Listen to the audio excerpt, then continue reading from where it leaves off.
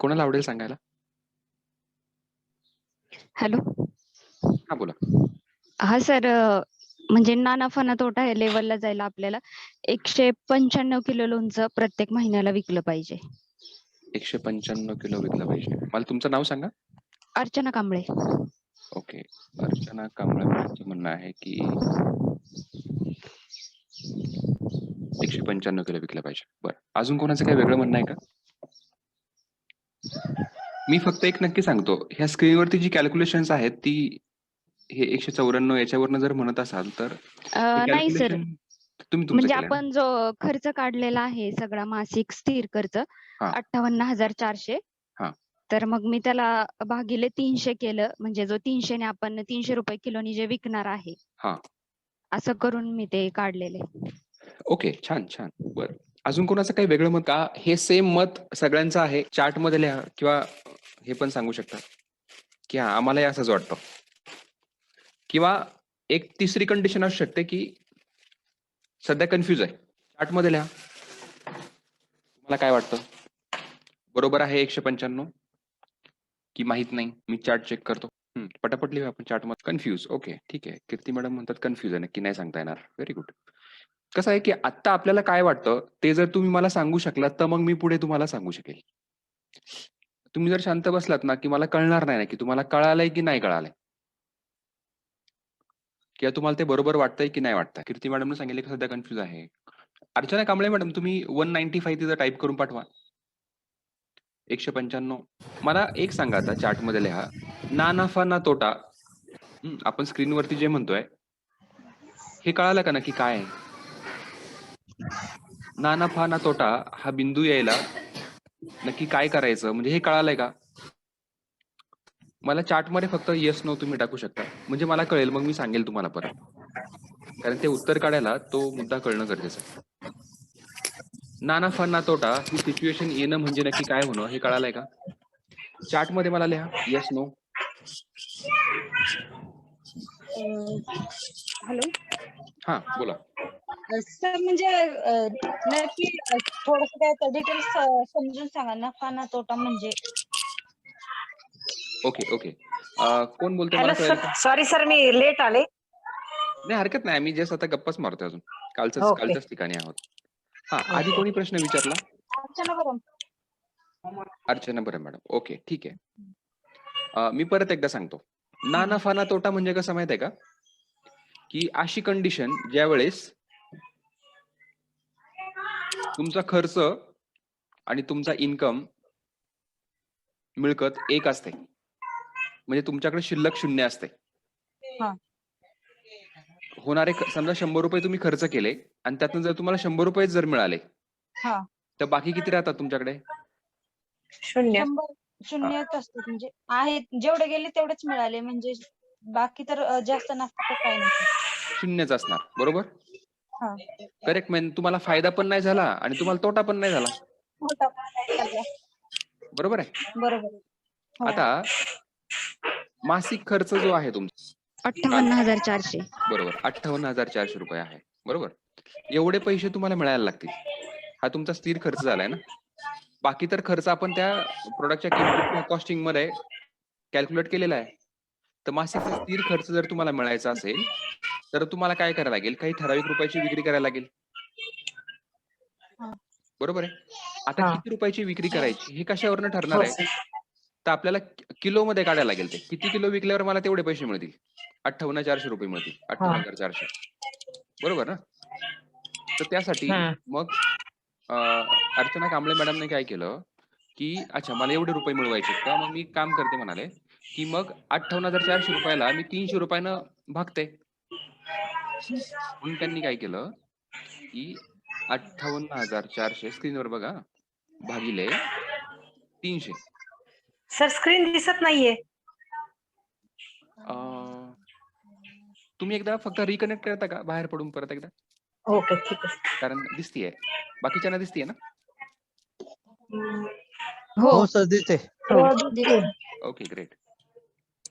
तर म्हणजे 195 ते जवळ-जवळ. आहे ना? म्हणून त्या म्हणाल्या 195. तर माझं म्हणणं असं आहे, की हे 195 बरोबर आहे का? बरं, ना नफा ना तोटा हा मुद्दा कळाला का? हो अशी कळालं स्थिती बिझनेस मध्ये कधी येऊ शकते? कळालं. Okay, great. मी परत सांगतो, ₹100 ची विक्री, ₹100 तुम्ही खर्च केले आणि ₹100 तुम्हाला मिळाले.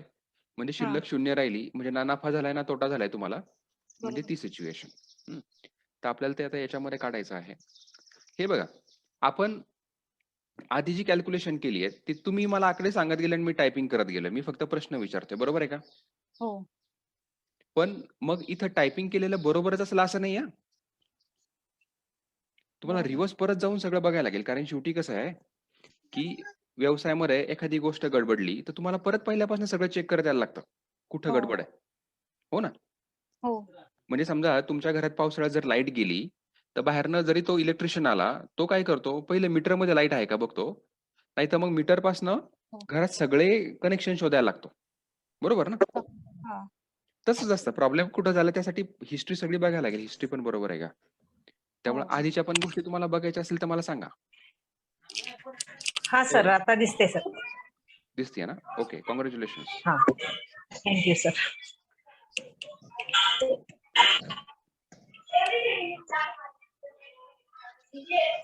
गणितं बघून घ्या. बरोबर आहेत का?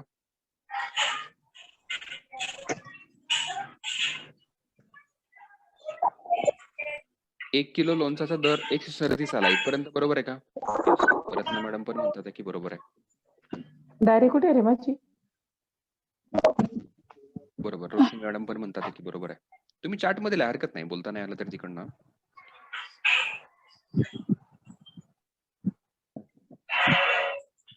तुम्ही कन्फ्यूज असाल तर कन्फ्यूज लिहा. गरजेचं नाही की उत्तर बरोबर किंवा म्हणजे हो किंवा नाही मध्ये असलं पाहिजे. ओके. कीर्ती मॅडम पण हो म्हणतात आहे. ₹137 आपण काढले 1 किलो लोणच्याचा येणारा खर्च, तो बरोबर आहे. बाकीच्यांचं काय म्हणणं आहे?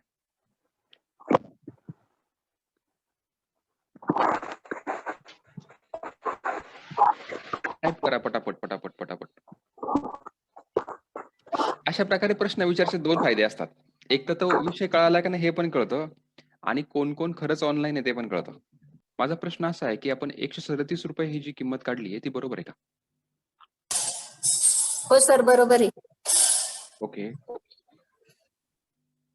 Sachin Gade sir, good morning. Welcome. Good morning.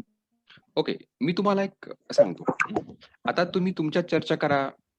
मी ऑनलाईन मदतीला आहे. आता सचिन गडे सर पण आपल्याला मदतीला आलेले आहेत ऑनलाईन. ह्या कॅल्क्युलेशनमध्ये एका ठिकाणी गडबड आहे. मी स्क्रीन फार तर माझी छोटी करतो. तुमच्याकडे झूम करा तुमची स्क्रीन. म्हणजे तुम्हाला ते दिसून येईल व्यवस्थित. हे झूम करा. यात कुठेतरी गडबड आहे. ना नफा ना तोटा हे कॅल्क्युलेशन करत असताना. शोधा. अंदाज सांगा ऍटलीस्ट कुठं गडबड असेल. गडबड 100% पण. काल आपल्या फ्लो मध्ये म्हणलं चला तुम्ही उत्साहात सांगताय ना, तरी काल तुम्ही एक येईल ना गडबड. वायफाय तिकडे रे. रेंज येईल ना? प्रीती, तू फक्त माईक बंद कर. काल तुम्ही सांगत होते, मी पटापट टाईप करत होतो, तरी काल तुम्ही एक मिस्टेक ती करेक्ट केलीच. ₹206 आपण कॅल्क्युलेशन मध्ये घेतलं, ते 137 घ्यायला लावलंय. है ना? मग 300 पर्यंत ते गणित आलं. नाही तर 350 पर्यंत चाललं होतं. सो आता अजून एक त्यात चूक आहे. तुमच्या मनात जो पहिला विचार येईल ना, तो बोलून दाखवा. सर, एकदा जरा सांगाल का काय शोधायचं ते? ना नफा ना तोटा हा आपल्याला बिंदू शोधायचा आहे. म्हणजे किती किलो शोधल्यावरती ना नफा ना तोटा, किती किलो विकल्यावरती ना नफा ना तोटा असा आपला बिझनेस येईल त्या महिन्यासाठीचा. तर ते कॅल्क्युलेशन करताना याच्यामध्ये एक चूक आहे. सर, आपण फक्त तयार लोणच्याच हे काढलंय ते प्राइस हा. आणि पॅकिंग, लेबलिंग, बाकी त्याच्यावरती काहीच धरलेलं नाहीये. आणि ठरलंय मग ना? ते केल्यानंतर विक्री होईल ना, मग तेव्हा त्याचं तेवढं येईल. तसं अजून वाढेल त्याचा खर्च. अच्छा, तुमचं म्हणणं आहे की खर्च वाढेल. पॅकिंग लेबलिंग पकडले ना आपण, हे काय? ते खाली पकडले ना आपण. हा, पण एकूण किंमत कॅल्क्युलेट करताना ते गणितामध्ये आलेलंच आहे ना. हरकत नाही. मी तुमच्या सगळ्यांची फक्त परीक्षा घेत असतो. त्यामुळे माझं वाक्य कोणतं बरोबर असेल किंवा कोणतं चुकीचं असेल, की मी फक्त तुम्हाला चेक करतो, हे तुम्ही नेहमी कन्फ्युजन मध्ये राहाल. सो मला आता असं विचारायचं आहे, आपल्यापैकी की हे गणित बरोबर आहे. रत्ना मॅडम येस म्हणालेत, इंगळे मॅडम येस म्हणाल्यात, कांबळे मॅडम येस म्हणाल्यात, अर्चना, कीर्तीनं पण हो म्हटलेलं आहे. बाकी कोणाकोणाला वाटतं नाही नाही सचिन हे बरोबर आहे, जे गणित आपण काल केले ते बरोबर आहे एकदम. आणि 195 किलो विकल्यानंतर ना नफा ना तोटा ही सिच्युएशन येते. हे आम्हाला अजूनही बरोबरच वाटतं. पटापट चार्ट मध्ये टाईप करा.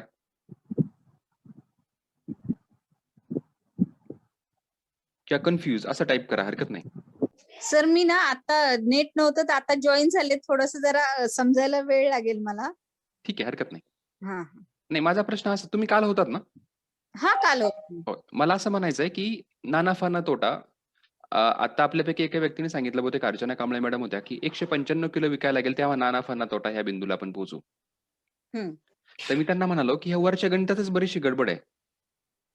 एक किंवा एक 2-3 चुका आहेत. हा, त्यानुसार त्यामुळे आपला ना नफा ना तोटा हे बरोबर कॅल्क्युलेट होत नाहीये, असं माझं आहे. तर मी प्रश्न असा विचारला की 195 बरोबर आहे, हे तुम्हाला पटतंय का? की मी म्हणतोय चूक आहे हे पटतंय? की कन्फ्यूज आहात? काय आहे ना की तुम्ही मला उत्तर कन्फ्यूज आहे, बरोबर आहे, नाही आहे असं देऊ शकला तर मग मला समजेल की तुम्हाला पुढे मी कसं सांगायचंय. नमस्कार सर. आपण जी 300 रुपयापर्यंत प्राइस काढली ती बरोबर वाटतीये, पण 195 रुपयाला आपण विकू किंवा नाही हे कन्फ्यूज आहे. नाही म्हणजे तितकी क्वांटिटी विकू शकू की नाही हे कन्फ्यूज आहे, की 195 ही बरोबर क्वांटिटी आली हे याच्यात कन्फ्यूज आहे? हे 195 क्वांटिटी आली याच्यात कन्फ्यूज आहे. जे आपण 300 रुपयापर्यंत वरची किंमत काढली, एकूण किंमत हम्म. ती बरोबर वाटतीये. एकूण नफा जो आहे त्यातून वजा करायचा आहे एकूण खर्च, बरोबर? आणि जेव्हा याची बेरीज 0 असते तेव्हा ना नफा ना तोटा असतो. स्क्रीन झूम करून बघा किंवा मी झूम करतो. मुद्दा कळाला का तुम्हाला? हे बघा, इथं लाल अक्षरात मी करतो याला बोल्ड मध्ये. एकूण नफा आणि एकूण खर्च जेव्हा बरोबर होतो तेव्हा ना नफा ना तोटा असतो. हे वाक्य बरोबर आहे का? हा बरोबर आहे सर. बरोबर आहे. आता फक्त मग इथं मला सांगा खाली की एकूण तुमचा नफा किती झालाय हे जोपर्यंत आपल्याला कळत नाही तोपर्यंत ना नफा ना तोटा हे कॅल्क्युलेट करता येईल का? इथे काहीतरी अमाऊंट लिहायला लागेल ना आपल्याला. म्हणजे आपण असं म्हणतो हे 100 जेव्हा असेल, हे जेव्हा 100 असेल तेव्हा गणिताप्रमाणे एकूण नफा वजा एकूण खर्च बरोबर 0, बरोबर ना? आता जर तसं असेल तर मग एकूण नफा किती ह्या गणितात मला सांगा तुम्ही. तर आपण नफ्याचा विचार करतच नाही ना, विक्री नाही. हॅलो, ठीक आहे, मी तुम्हाला अजून थोडंसं सोपं हॅलो. करून घेऊन. हा बोला. सर पण नफ्याचा विचार कुठे लगेच केलाय? एकूण आपले सगळा खर्च बरोबर विक्रीची किंमत असेल तेव्हा ना नफा ना तोटा होईल. मी काही म्हणते कॅल्क्युलेट करताना आपण तसा विचार एवढं. केला असता म्हणताय. हे 195 त्यामुळे आलंय ना, आपण विक्रीची किंमत पकडल्यामुळे. हा, पण फॉर्म्युला काय आहे घेऊन जाऊया आणि नंतर काही शंका राहिल्या तर मग आपण बोलू. पण तुम्ही आता कन्फ्यूज आहात एवढं नक्की आहे ना? हो. कोण कोण कन्फ्यूज आहे? आवाज तरी द्या हो म्हणून. हो सर. ओके, 2.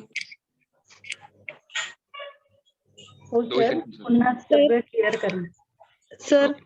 हा, 299 हा आपला खर्चच आहे ना पूर्ण आतापर्यंतचा. आपण आता सर काही मला केलं. एक म्हणायचं सर, आपण एकूण नफा आपण नफा आपला 40% काढलेला आहे ना, हा, हा. 42%. सॉरी. बरोबर. आणि आपला खर्च 299 रुपये 7 पैसे, मग त्यातलं ते मायनस करता येतील ना? हा, करेक्ट. हे बघा, ही गोष्ट फार महत्वाची आहे. आता मी तुम्हाला पटापट सगळं व्यवस्थित सांगतो.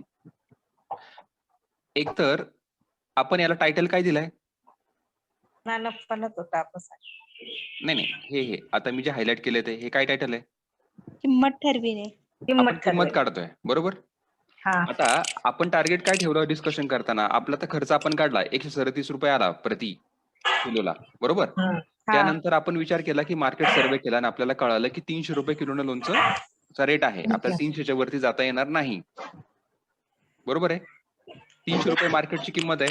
हे बघा इकडे आपण लिहिली होती. इथं पिवळं करतो याला मी. बरोबर आहे? हा. त्यानुसार आपण काय केलं की इथे रिटेलला मार्जिन जर 25% द्यायचंय तर त्याचे 25% त्याच्यावर मोजले होते. हा सर. हा, जीएसटी किमतीवरती मोजला होता. आणि 300 रुपयाची किंमत ऍडजस्ट करण्यासाठी किती नफा मिळू शकतो तर आपण ते कॅल्क्युलेशन करून 42% वरती आलो. हा. तो नंतर ऍडजस्ट केला होता इथे 300 बरोबर एकूण किंमत येण्यासाठी. पटतंय का? हा. हो सर. हा, तर हे आपण तसं फ्लेक्झिबल ठेवून मग आपण 300ला कॅल्क्युलेट करायला आपला नफा ठरवला. आणि हे करताना बाकी जो खर्च आहे तो पॅकिंगचा, वाहतुकीचा, तुम्ही बिल तयार करायचा म्हटलात, ह्या गोष्टी आपण त्याच्यामध्ये टाकल्या आणि आपण किंमत ठरवली 300 रुपये. इथपर्यंत बरोबर आहे का? हो सर. यात आपण खर्च नाही काढला. खर्च त्याच्या आतमध्ये मोजला गेलाय. पण सगळ्या शेवटी आपण किंमत काढलेली आहे आपली. आणि त्या साधारणतः कोणाला किती किती खर्च किंवा कसे मार्जिन असणार हे आपण ठरवलेलं आहे. बरोबर आहे? हा. आता मी तुम्हाला दुसरीकडे घेऊन. आता इथे आपण खर्च काढतोय. ठीक आहे. याची किंमत इतका आहे. मग ते मॅन्युफॅक्चरिंग करायला खर्च किती येणार आहे? ठीक आहे. आता खर्च किती येणार आहे म्हटल्यावरती एक गोष्ट लक्षात घ्या. तुम्हाला ना नफा ना तोटा करताना 58,400 रुपयात महिन्याचा स्थिर खर्च. बरोबर आहे का? हा महिना स्थिर खर्च आपण काढला होता. हा. क्लिअर आहे सगळ्यांना? येस. नाही, एकाच व्यक्तीचा आवाज येतोय मला. हो सर. बरोबर आहे. हो सर, आता बरोबर आहे. याच्यामध्ये आपण कामगारांचे पगार पकडलेत का? पकडलंय ना सर. पकडले? Very good. आता जर हा खर्च इकडं पकडलेला आहे तर मग इकडचा खर्च पकडताना इथं मजुरी पकडायची गरज आहे का? नाही. आता आपण खर्च काढतोय, किंमत आपण ठरवली. बरोबर आहे? हो. तर मग इथं मजुरी पकडायची गरज नाहीये. मग मजुरी मी 0 करून टाकली. हो. बरोबर आहे? हो. नाही सर, मला नाही लक्षात आलं मजुरी का. आता आपण फक्त प्रोडक्शनची खर्च काढतोय. Okay okay. हा. आपल्याला कुठं जायचंय? ना नफा ना तोटाला जायचंय. ना नफा ना तोटामध्ये आपण काय म्हणतो की किमान स्थिर खर्च तुमचा निघाला पाहिजे. म्हणजे मजुरी धरली नाही तात्पुरती. हा, करेक्ट करेक्ट करेक्ट. कारण कसं आहे, फिक्स कॉस्ट मध्ये स्थिर खर्चामध्ये आपण मजुरी पकडलेली आहे. खर्च दोन प्रकारचे असतात. एक तर स्थिर खर्च असतो आणि एक बदलणारा खर्च असतो. बरोबर आहे? स्थिर खर्च म्हणजे कसं की कामगारांचे पगार किंवा बाकीच्या गोष्टी द्यायलाच लागणार आहेत. तर ते आपण तिकडे फिक्स खर्चात पकडले, स्थिर खर्चात पकडलेला आहे. म्हणून इथे पकडायचे नाही. हा, दुसरी गोष्ट बदलणारा खर्च आपण यात पकडलाय कारण बदलणारा खर्च प्रोडक्शन करतो नाही करतो याच्यावर अवलंबून आहे. बरोबर आहे? हो. तर प्रोडक्शन आपण करतोय म्हणून त्याचा खर्च इकडे पकडलाय. म्हणजे सगळे खर्च आपण पकडलेले आहेत. मग मजुरीचा जर खर्च तिकडे पकडला तर यात पकडायची गरज नाही. पटतंय का? हा, ठीक. हा, दुसरी गोष्ट, आता यात आपण खर्च काढतोय. आपला नफा म्हणजे खर्च आहे का? आपला नफा म्हणजे खर्च आहे का? नाही. तो 0 करून टाकला. आणि आता आपण टोटल किमतीचा विचार करतोय. तुम्ही 25% दुसऱ्यांना देणार आहात, 5% दुसऱ्यांना देणार आहात. बरोबर? म्हणून तुम्हाला तो खर्च पकडता येईल. आता हे सगळं पुढे होत असताना मग विचार करा की वरची गणितं थोडीशी बदलतील. आधीच्या याच्यामध्ये इथे जर खाली खर्चाचं जर कॅल्क्युलेशन तुम्ही केलं असेल, आपण ते कॅल्क्युलेट करताना काय केलं होतं की 160 रुपये मटेरियलची कॉस्ट आली होती. बरोबर?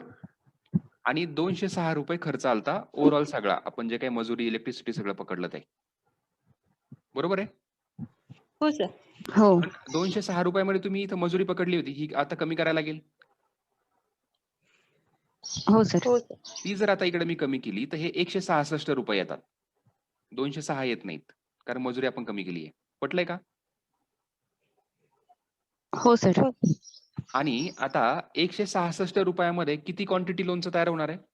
1.5 किलो. 1.5 किलो. 1.5 किलो. बरोबर? हे इकडे दिसतंय तुम्हाला, मी येलो आणि रेड करतोय. तर 1 किलोला किती असं आपल्याला गणित करायचं होतं. मग त्याचं उत्तर किती सांगा बरं? 166 रुपयामध्ये जर 1.5 किलो लोणचं तयार होत असेल तर 1 किलो तयार करायला किती? हे बघा, इथे मी गणित केलेलं आहे. 150 ग्रॅमला 166 रुपये, तर 1000 ग्रॅमला किती? किती आले इथे? 110 रुपये आले का? 110. बरोबर. तर इथे मी 110 लिहिलं आता. 1 किलोच्या लोणच्यासाठी खर्च किती आलाय? 110 बरोबर आहे. त्यात पॅकिंगचा खर्च आपण ऍड केला 11.5. वाहतूक खर्च ऍड केला, वीज बिल ऍड केलं, परत नफा इथून काढायला लागेल आपण बोललो मगाशी. पण बाकी तर मार्जिन्स द्यायला लागणार आहेत. मग हा एकूण खर्च किती आला? सर नफा का काढायचा? आपण खर्च काढतोय ना, आता खर्च कॅल्क्युलेट करतोय. हो. बरोबर. आता खर्च कॅल्क्युलेट करत असताना नफा त्यात जोडला जाऊ शकतो का? नाही. बरोबर ना. पण मग हे बाकीचं मार्जिन का पकडलंय बाकीच्या लोकांचं? कारण तुम्हाला तो खर्च म्हणून बघायला लागेल ना त्याच्याकडे. तुम्ही देताय लोकांना ना. हो. जसे कैऱ्या हो, विकत घेतले बरोबर आहे. तसे हे पण देताय म्हणून तो खर्चात पकडलाय. तर असं ओके. 110 पासनं हे जे काही सगळे 15 रुपयापर्यंत आहे, ह्या सगळ्याची किंमत आली 215 रुपये. हं. पटतंय का? हो.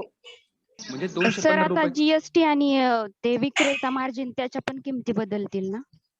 नाही. त्या आपण कशावर काढल्यात? किमतीवरती काढल्यात ना 300 रुपये किलो. हो. हा ठीक त्या आहे नाही ठीक आहे. बदलणार. आणि ते द्यावेच चालेल. लागणार आहे. बरोबर आहे? हा हो, आलंय सर. लक्षात आलं. म्हणून हो. मी याचं टायटल काय दिलं, की किंमत किती आहे? 300 रुपये किलो वरती. हां. आणि मग आपण खर्च करतोय. खर्च काढतोय खाली. ठीक आहे? मग हे म्हणजे जर 200 सर एखादा जर समजा कस्टमर आपल्याशी घासघीस करत असेल, मला काही कमी रेटने द्या, तर तेव्हा आपला नफा किती पडेल आणि तोटा? म्हणजे आपल्याला किती फायदा होऊ शकतो किंवा आपण किती विकू? हे मार्जिन काढण्यासाठी का सर? बरोबर. तुम्ही मग कोणतं कुठलं मार्जिन कसं म्हणजे कोणाला विकताय ना हे महत्वाचं आहे. जर तुम्ही हां. स्वतः विकत जर असाल ना डायरेक्ट, तर यदा कदाचित तुम्हाला हे 25% द्यायची गरज नाही बाहेर, कारण तो तुमचा नफा ऍड होईल. हं. बरोबर आहे. हां, 5% सर. तुम्ही बिल कसं करताय त्याच्यावर डिपेंड आहे. हं. 15 रुपये. पटतंय का? हो, आपण सर. याच्यामध्ये एक आता आपलं बिझनेस मॉडेलमध्ये जास्तीत जास्त खर्च कसा असू शकतो, यासाठी आपण विक्रीचा चॅनल कसा बघितला? आपण तयार करणार, मध्ये आपण दुकानदाराला देणार आणि दुकानदार ग्राहकाला देणार. म्हणजे हं. दुकानदार येणार म्हणून त्याचं मार्जिन इथं पकडलेलं आहे. मोठ्या लेव्हलला हं. जाताना. म्हणजे एकूण खर्च 215 रुपये आलाय, बरोबर आहे का? हो. हां. आता आपण इथे येऊया. एकूण किंमत किती आहे तुमची? 300 रुपये. एकूण खर्च किती आहे? 216. 215.7 असल्यामुळे 216 आपण केला, बरोबर आहे? आता मग प्रति किलो नफा किती होईल? 84 रुपये. 84 रुपये. इथपर्यंत क्लिअर झालं का सगळ्यांना? येस. हो. ठीक आहे, मेजॉरिटी आहे. Very good. आता तुम्हाला तुमचा नफा कळालाय, बरोबर आहे? हं. 84 रुपये प्रति किलो किलो. पाठीमागे तुम्हाला मिळू शकतात. ठीक आहे? आता मग आपण खाली येऊया. मी इथे मांडल्याप्रमाणे. आता मला याच्यामध्ये सांगा, एकूण नफा किती होणार आहे तुमचा? एका किलो 84 पाठीमागे? रुपये. 84 84. रुपये. है ना? बरं. एकूण खर्च किती आहे? 300 रुपये. सॉरी 216 रुपये.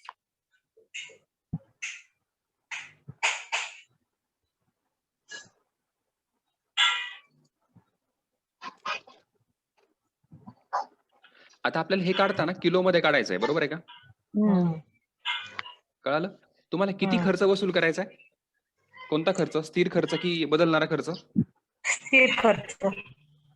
स्थिर खर्च. कारण बदलणारा खर्च आपण ह्या बाकीच्या 216 रुपयामध्ये पकडलेला आहे. हां. पटतंय का? Yes sir. हां. आता मग तुम्हाला हे बघायला लागेल. समजा हे कॅल्क्युलेशन जरी तुम्ही थोडं बाजूला ठेवलं, की तुम्हाला किती रुपये कमवायचेत किमान? 58,400. बरं. मग तुम्हाला 58,400 ला कशानं भागायला लागेल? 216. आता आपण पैशात बोलतोय. हां. किती? 216. त्याने. टोटल 300 रुपयाने हे करावं लागेल. हो.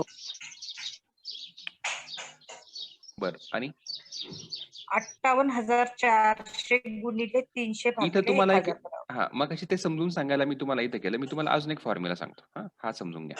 हं.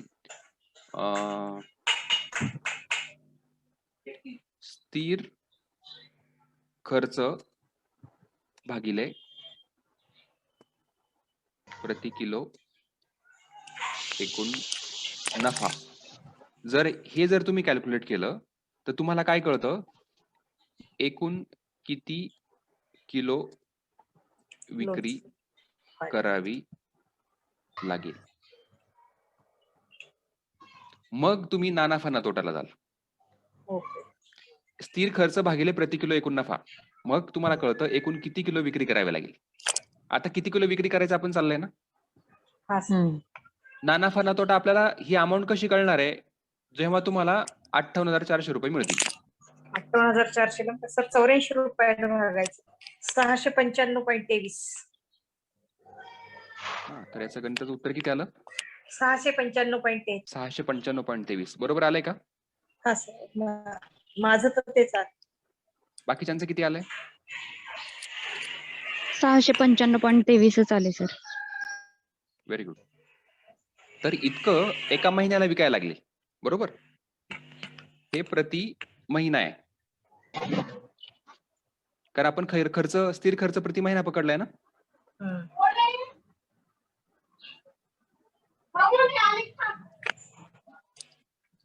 इथपर्यंत क्लिअर आहे का?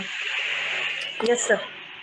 आता प्रति दिवस किती किलो विक्री करावी लागेल? 695 डिवाइडेड बाय 30. नाही. 30. भागिले 30 ना. मग 695 भागिले जर मी 30 केलं तर किती येते उत्तर? 23 किलो. सर माझी एक शंका आहे, विचारू का? हा. सर आता आपण जो आपला नफा जो बाजूला काढून ठेवलेला आहे तो हो. फक्त आपण म्हणजे ह्या विक्रीच्या दृष्टिकोनातून आपण नफा न तोटाच्या दृष्टिकोनातून, पण ऍक्च्युअली तर तो आपल्याला झालेलाच आहे. बरोबर ना. आता तो नफा तुम्ही त्या किमतीवर काढलाय ना. हा. बरोबर. हा नफा जेव्हा तुम्ही किमतीवरती काढता, बरोबर, पण ते करताना नफा करताना तुम्ही काय केलंय, एकूण विक्री किंमत वजा खर्च केलाय ना. हा. बरोबर. पण ह्या हो. खर्चामध्ये तुम्ही ज्या गोष्टी पकडल्या नसतील त्यातून वजा करायला लागतात. हा. बाकी त्या गोष्टींचा विचार करायला लागतो. ओके. म्हणजे फक्त आपण घेतलेल्या मटेरियल किंवा आपल्या ह्याच्यावरती झालेला खर्च, आपली मेहनत न धरता. बरोबर. ह्या खर्चामध्ये स्थिर खर्च पकडला नाही ना तुम्ही. हो. स्थिर खर्च वसूल करायला मग किती किलो विकायला लागेल असा आपण विचार केला. ओके. पटलं का? हो सर. आता याच्यामध्ये लगेच लोड घ्यायचं काही कारण नाहीये. म्हणजे दिवसाला 23 किलो विकायचा का? कमी जास्त होऊ शकतो. बरोबर. पण याच्यामध्ये तुम्ही एक विचार करा, तुम्ही तुमचा माल दुकानामध्ये ठेवताय, दुसऱ्यांना विकायला लावताय, तुम्ही स्वतः विकत नाही आहात. रिटेलरचं मार्जिन पकडले ना 75%, 25%, 75 रुपये. हो. तर तुम्ही दुसऱ्यांना विकायला लावताय. म्हणून तुम्ही एकटे काम करत नसून तुम्ही अजून किमान 20 दुकानांना द्याल, म्हणजे तुमच्यासाठी विक्रीची 20 लोक काम करणार आहेत. किंवा तुम्ही समजा की 23 दुकानांमध्ये जर ठेवायचं म्हटलं तर प्रत्येक दुकानानं फक्त 1 किलो रोज विकायचा आहे. जर तुम्ही 23 रिटेलर शॉपमध्ये विक्रेत्याकडे जर ठेवलं तर त्यांनी प्रत्येकाने 1 किलो विकायचं आहे. बरोबर आहे का? हो. ते इतकं सोपं आहे. आता अजून एक वेगळं कॅल्क्युलेशन करू की ज्याच्यामध्ये तुम्ही आहे ना काय करताय की स्वतःच विकताय, रिटेलर ठेवतच नाही आहात. मग त्या केसमध्ये काय होईल? हे 25% शून्य होतील का इथे? हा सर, तो वाचणारच ना खर्च आपला. बरोबर आहे. समजा हे जर वाचले तर गणित कशी बदलतात बघा.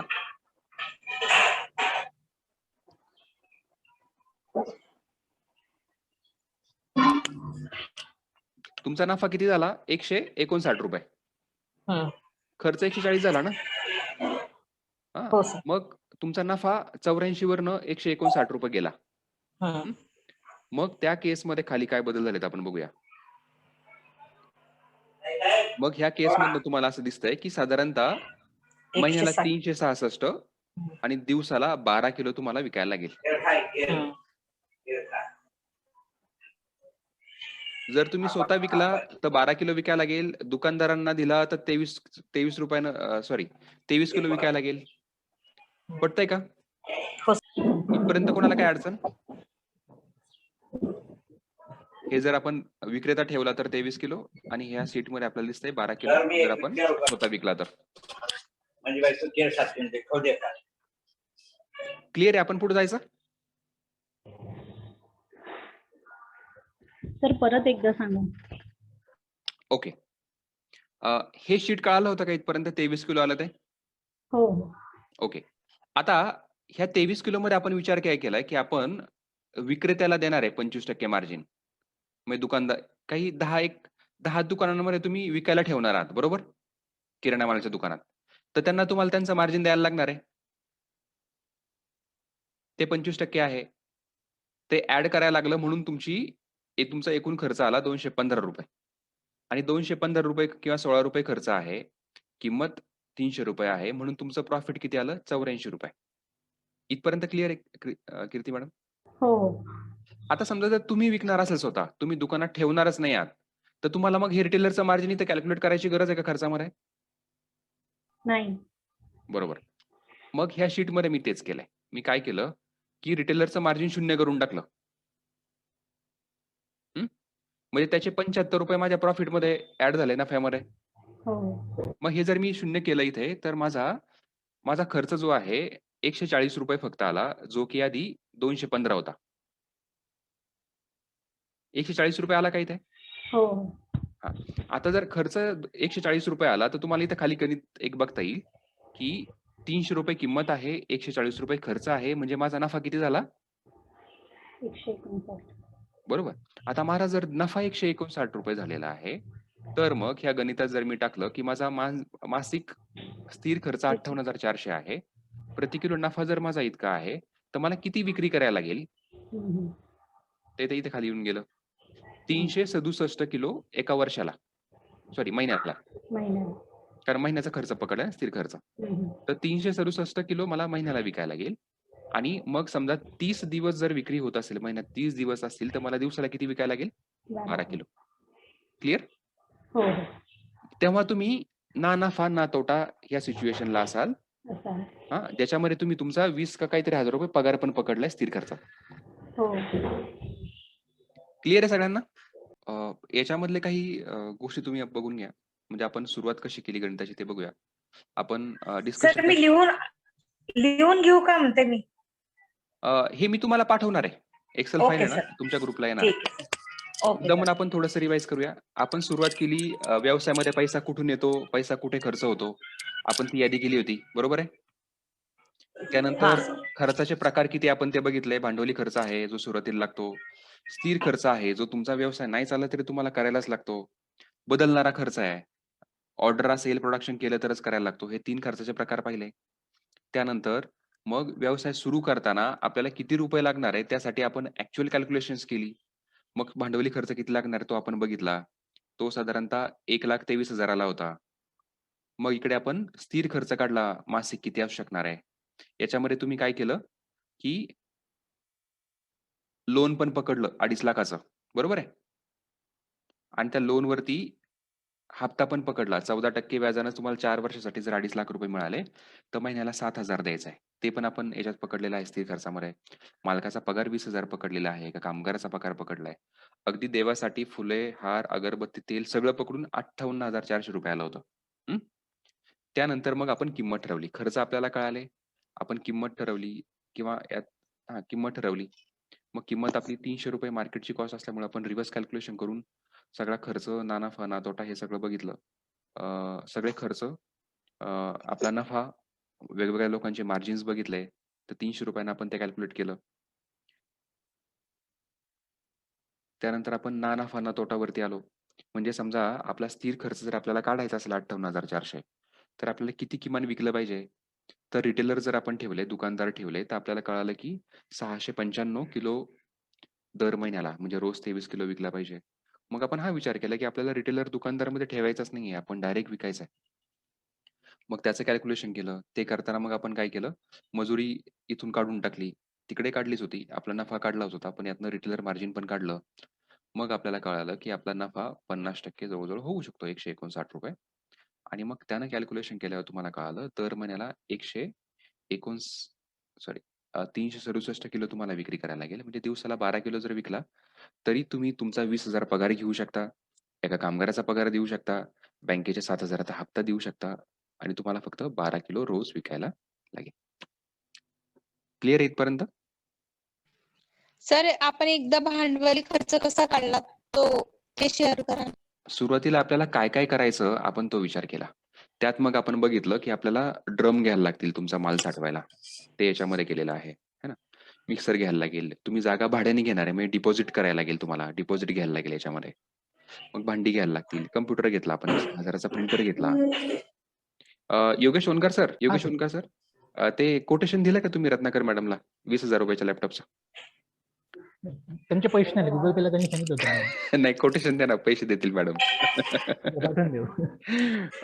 एक 2-3 दिवसात बघ, मी गंमत करतो मी, पण त्यांना गरजेचं जर असेल तर कोणता चांगला राहील ना तो नक्कीच मी suggest करू त्यांची शकतो. कॉन्टॅक्ट करतो आणि ठीक आहे.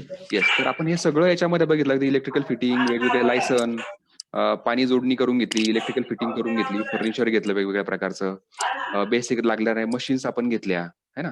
अगदी साफसफाईचं सामान घेतलं, नॅपकिन घेतले, गॅस घेतला, स्टॅम्प घेतले, आणि तसं मग सुरुवातीचा खर्च 1,23,950 रुपये आला. ठीक आहे रोशनी मॅडम? नाही सर, माझ्या हे लक्षात नाही आलं की 18 नंबरला आपण स्वच्छतेच्या साहित्यामध्ये नेपकिन पकडलंय आणि परत खाली नेपकिन घेतलं, ते माझ्या थोडं कन्फ्युज झालं हो, होतं. हा नॅपकिन कोणता आहे की मे बी तुम्ही ते साफसफाई करताना समजा तुम्हाला तुमचा टेबल पुसायचा आहे किंवा ओके, देवघर हा. पुसायचं आहे, अशा अर्थानं तो नॅपकिन छोटा पकडलाय. हा खालचा जो नॅपकिन आहे ना, हा थोडा वेगळा पकडलाय. मे बी तुम्हाला ती भांडी पुसायला लागतील ना वेगळी, प्रोसेसिंगची हो. मशीन पुसायला लागतील, तो वेगळाच ठेवायला लागेल तुम्हाला. तो एक करून नाही चालणार. अशा बरं. अर्थानं मुद्दामून तो वेगळा पकडला. Okay, thank you sir. क्लिअर आहे? हो. येस. आता तुम्हाला कळालंय किमान किती विकलं पाहिजे किंवा तुमचा प्रॉफिट कसा असू शकतो. ठीक आहे. आता हे फक्त एका महिन्याचं कळालंय तुम्हाला, है ना. पण कॅश फ्लो नावाची एक गोष्ट आहे ज्याच्यामध्ये तुम्हाला हे पुढच्या किमान 2 वर्षाचं कागदावरती आणायला पाहिजे, की दर महिन्याला साधारणतः तुमचा खर्च कसा होणार आहे, तुमचा प्रॉफिट कसा होणार आहे किंवा तुमचा बिझनेस कसा रन होणार आहे, आणि ते तुम्हाला आकड्यामध्ये मांडता यायला पाहिजे. आणि ते जर तुम्ही करू शकला त्याला कॅश फ्लो म्हणतात. कॅश फ्लो म्हणजे तुमचा पैसा कसा पळणार आहे, कसा खर्च होणार आहे, कसा येणार आहे, अशा अर्थानं त्याला कॅश फ्लो म्हणतात. तर ते जाणून घ्यायला आवडेल का? हो सर. हो सर. याचा खूप फायदा आहे ह्या गोष्टीचा. अगदी तुमच्या वैयक्तिक आयुष्यामध्ये पण आहे. त्यानुसार तुम्हाला तुमच्या इन्व्हेस्टमेंट मॅनेज करता येतात. हां. आणि वेगवेगळा फायदा होत असतो. ह्या बिझनेसमध्ये तुम्हाला साधारणतः कळेल, की तुम्हाला कधी पैसे लागू शकतात. समजा मध्येच जर पैसे संपणार असतील ते पण आपल्याला आधी कळतात. त्याची तरतूद आपल्याला करता येते. ह्या अनेक गोष्टी याच्यामध्ये करता येणं शक्य होतं. त्यासाठी तुम्हाला इथं या सगळ्या गोष्टी टाकायला पाहिजेत. स्क्रीन दिसतेय का? हो सर. हां. काय दिसतंय वरती मला सांगा? कॅश फ्लो, नफा तोटा अंदाजपत्रक. बरोबर. तर याच्यामध्ये बघा खर्चाचे सगळे प्रकार आलेत का? हा जो बी कॉलम आहे याच्यात खर्चाचे सगळे प्रकार लिहिलेले आहेत. हा जो 6 नंबरचा रो आहे इथं जर बघाल नग म्हटलंय, दर म्हटलंय, एकूण म्हटलंय आणि दर महिन्याचा इथं टाकलेला आहे. बरोबर? समजा आपण जुलैपासून जर विचार काही करत असू, तर इथे मी जुलै 2021 लिहितो. हे किमान 1 वर्षाचं तर नक्की करा. ठीक आहे. हे बदलायला मी वेळ घालवत नाही. पण दर महिन्याचं असं तुम्ही करा. है ना? पुढच्या जूनपर्यंत 12 महिन्याचा. आणि याच्यामध्ये मग तुम्हाला कॅपिटलचा खर्च कोणत्या महिन्यात करायचा तो इथे लिहून टाकायचा. जुलैमध्ये करायचा समजा. तुमची आवर्ती खर्च जो बघितला आपण स्थिर खर्च, तो दर महिन्यात टाकायला लागेल. त्यानंतर बदलणारा खर्च दर महिन्यात टाकायला लागेल. आता बदलणारा खर्च तुम्ही कसा काढणार?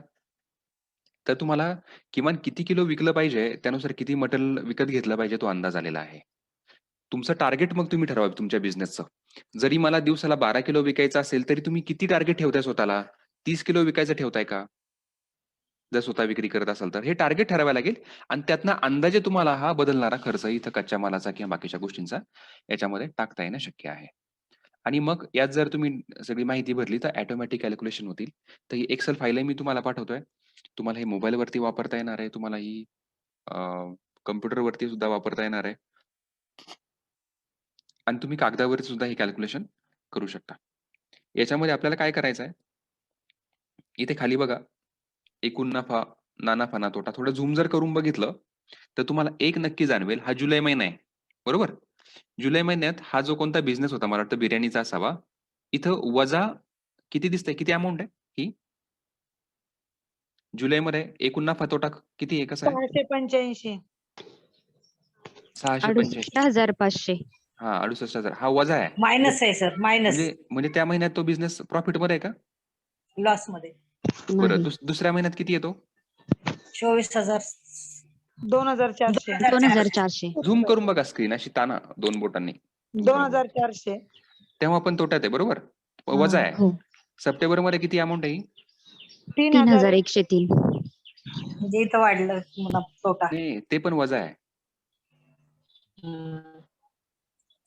हा मायनस आहे. बरोबर. हा नफा किंवा तोटा दाखवतो. मायनस असेल तर आणि प्लस असेल तर नफा. म्हणजे तुम्हाला हे याच्यातून कळेल की साधारणतः किती दिवस तुमचा बिझनेस नफ्यात असणार आहे किंवा तोट्यात असणार आहे. म्हणजे किमान तुम्हाला ह्या व्यवसायात किमान पहिले 3 महिने आहेत ना आपल्याला पैसे ठेवायला लागणार आहेत आपल्यासोबत.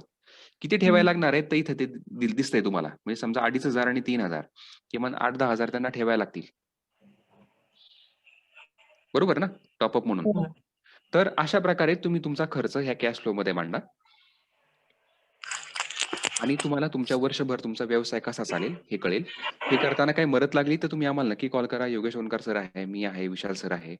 पण ह्या गोष्टी तुम्ही याच्यामध्ये टाका आणि वर्षभराचा साधारणतः तुमचा बिझनेसचा अंदाज घ्या. ठीक आहे? हे कॅश फ्लो एक मला सांगायचं होतं. मला वाटतं की हे संपलेलं आहे आता आपलं. फायनान्शियल जे आपल्याला बेसिक समजून घ्यायचे होते. याच्या व्यतिरिक्त काही शंका असतील तर आता वेळेचं काही बंधन आहे. आपण मे बी नंतर ते पाहू शकू.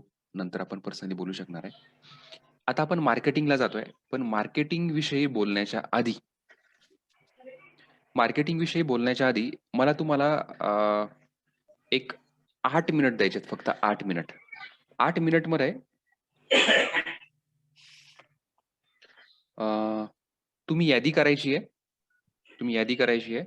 की तुमचे पहिले 100 ग्राहक कोण असतील. पहिले 100 ग्राहक कोण असतील.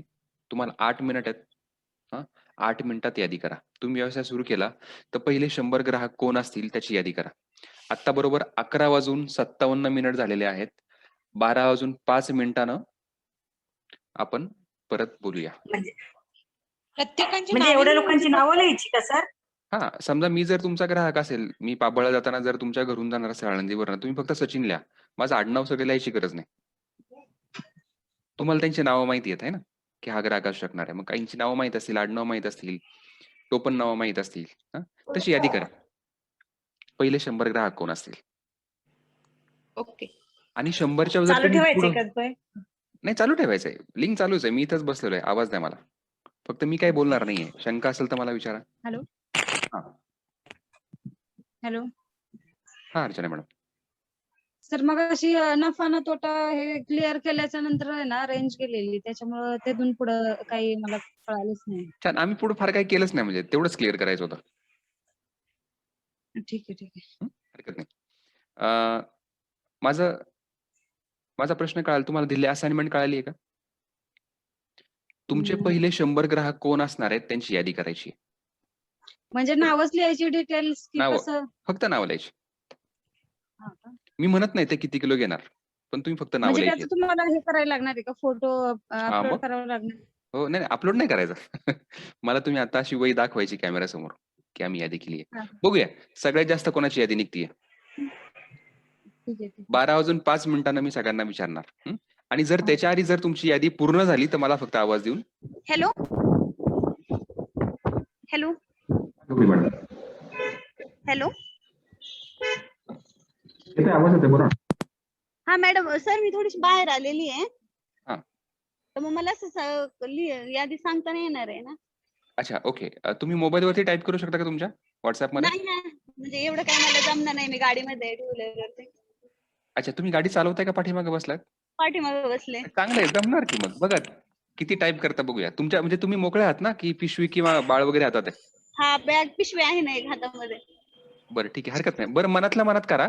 मला तुम्ही आकडा नक्की सांगा. ठीक आहे. तोंडी मला आकडा सांगा. पण मनातल्या मनात यादी करा. यादी करायची आपल्याला. येस. चला चार्ट मध्ये टाकूया आपण. सगळ्यात जास्त किती आकडा आलेला आहे.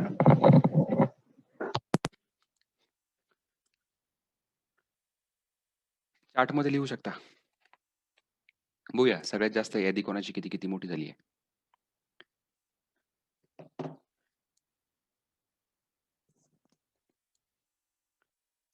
मी चार्ट चेक करतोय. चार्ट मध्ये साधारणतः अरे सर हा रोशनी मॅडम. माझा एक प्रश्न होता. हा विचारा ना. आता आम्ही शाळेत असल्यामुळे आमचा पहिला वर्ग पालक वर्ग असणार. अरे वा, बरोबर. मग तो आकडा तर एकदम मोठाच झाला एकदम. पण प्रत्येकाची नावे कशी लिहायची सर? हा हा हा बरोबर बरोबर बरोबर. ओके किमान एका ओके. वर्गामध्ये जर 30 विद्यार्थी असेल, त्यापैकी जर किमान 15 पालक तरी सहज घेऊ शकतील. हो हो हो हो. तो आकडा म्हणजे सगळ्यांची नावं लिहिणे शक्य नाही असं मला म्हणायचं होतं. हरकत नाही. मग तुमचा टोटल आकडा मला सांगा. तोपर्यंत हा बाकीच्यांनी चार्टमध्ये आकडे लिहा. हा 100च्या पुढे सहज जाईल सर मग. 100च्या पुढे जाईल. Okay great. चंद्रकला मॅडम 25 सांगतात आहे. ज्योती पाटील मॅडम 36 सांगतात आहे. कांबळे अर्चना मॅडमने 41 लोकांची यादी केली आहे. Very good. खूपच छान. 41. हा आकडे लिहा तुमचे.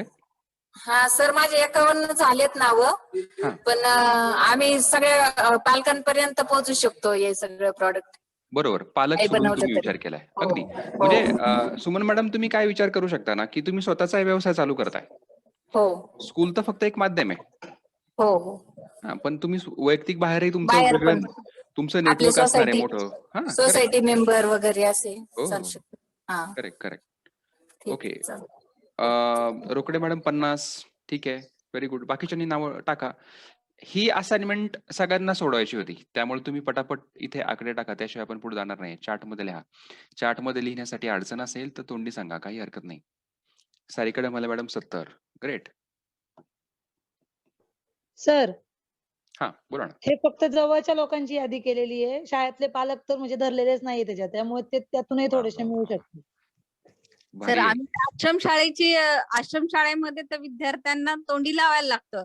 आता 450 विद्यार्थी जर इथे शिकतात तर तो हा आकडा धरलाच नाहीये. 450 मधले 100 विद्यार्थी तरी आठवड्याला बाहेरून आमच्याकडे लोणचं घेऊन येतात. अरे वा क्या बात आहे. म्हणजे ते आठवड्याला ज्यावेळेस जातात त्यांना एक दिवस सुट्टी असते तर त्यावेळेस ते लोणचं घेऊन येतात. म्हणजे तो 100 आकडा म्हणजे तो जास्तच असेल. इथं फक्त आता शाळेतले स्टाफ आणि जवळचे व्यक्ती एवढंच आहे. हो हो हो हो. अगदी अगदी. बघा शाळांमध्ये जे काम करतात त्यांना किती मोठा फायदा आहे. डायरेक्ट 200-500 पालकांनाच डायरेक्ट अप्रोच होण्याची संधी आहे. किंवा रेसिडेन्शियल स्कूल असेल, आश्रम शाळा असेल तर मग काय. कीर्ती मॅडम अबो 100. Great. Archana madam 56. Okay. Siddhesh 25. Great. खूप छान. सिद्धेश तुला तर मोठी संधी आहे रे. तू एकदम 200-300 पण लिहू शकतो. कारण स्मृती शक्ती फाउंडेशनचे ते सभासदच किती आहेत बघ. दादाला विचार म्हणायचं ते वाढदिवसाच्या दिवशी अन्नदान करणाऱ्यांची यादी दे म्हणायचं मला कॉन्टॅक्ट नंबर सहित. रत्ना कुलकर्णी मॅडम 42. ग्रेट. चालेल. चला तुम्हाला ऍटलिस्ट तुमचे कस्टमर कोण असू शकतात याची तर यादी कळाली आहे है ना. त्यामुळे बिझनेस सगळ्यांचा सुरू होऊ शकतो एवढं तर 100% आहे. आणि मला तर नक्की आत्मविश्वास आहे. मला वाटतं की तुम्हालाही तो आलेला असेल. आपण पुढे जाऊया. मार्केटिंग सर्वे म्हणजे काय कोण सांगेल मला. किंवा मार्केट सर्वे म्हणजे काय.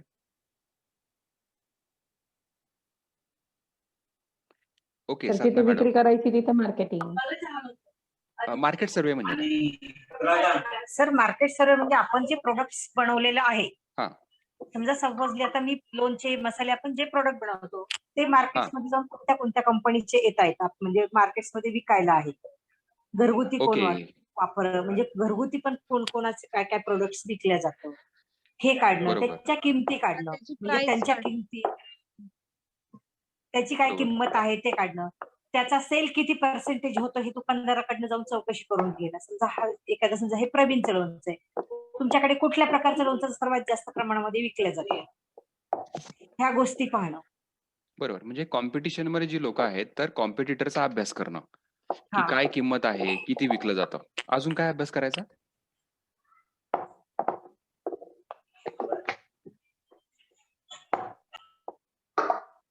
ठीक आहे. म्हणजे कॉम्पिटिटर काय विकतो बरोबर किती विकतो म्हणजे दुकानदार त्याची साधारणतः पॅकिंग वगैरे कशा आहेत हा त्याचा पण आपल्याला पॅकिंग अभ्यास करावा लागतो. बरोबर पॅकिंग कशी आहे त्याचा त्यानंतर त्या अभ्यास मटेरियलची एक्सपायरी, मॅन्युफॅक्चरिंग किती ते किती दिवसापर्यंत व्यवस्थित असते. एक्सपायरी मॅन्युफॅक्चरिंगचा ड्युरेशन किती आहे हा त्याचा ड्युरेशन बघणं. बरोबर ह्या सगळ्या गोष्टी मेन्शन कराव्या लागतात आपल्याला. ठीक आहे. अजून काय करायला लागेल? बाकीच्यांना काय वाटतंय?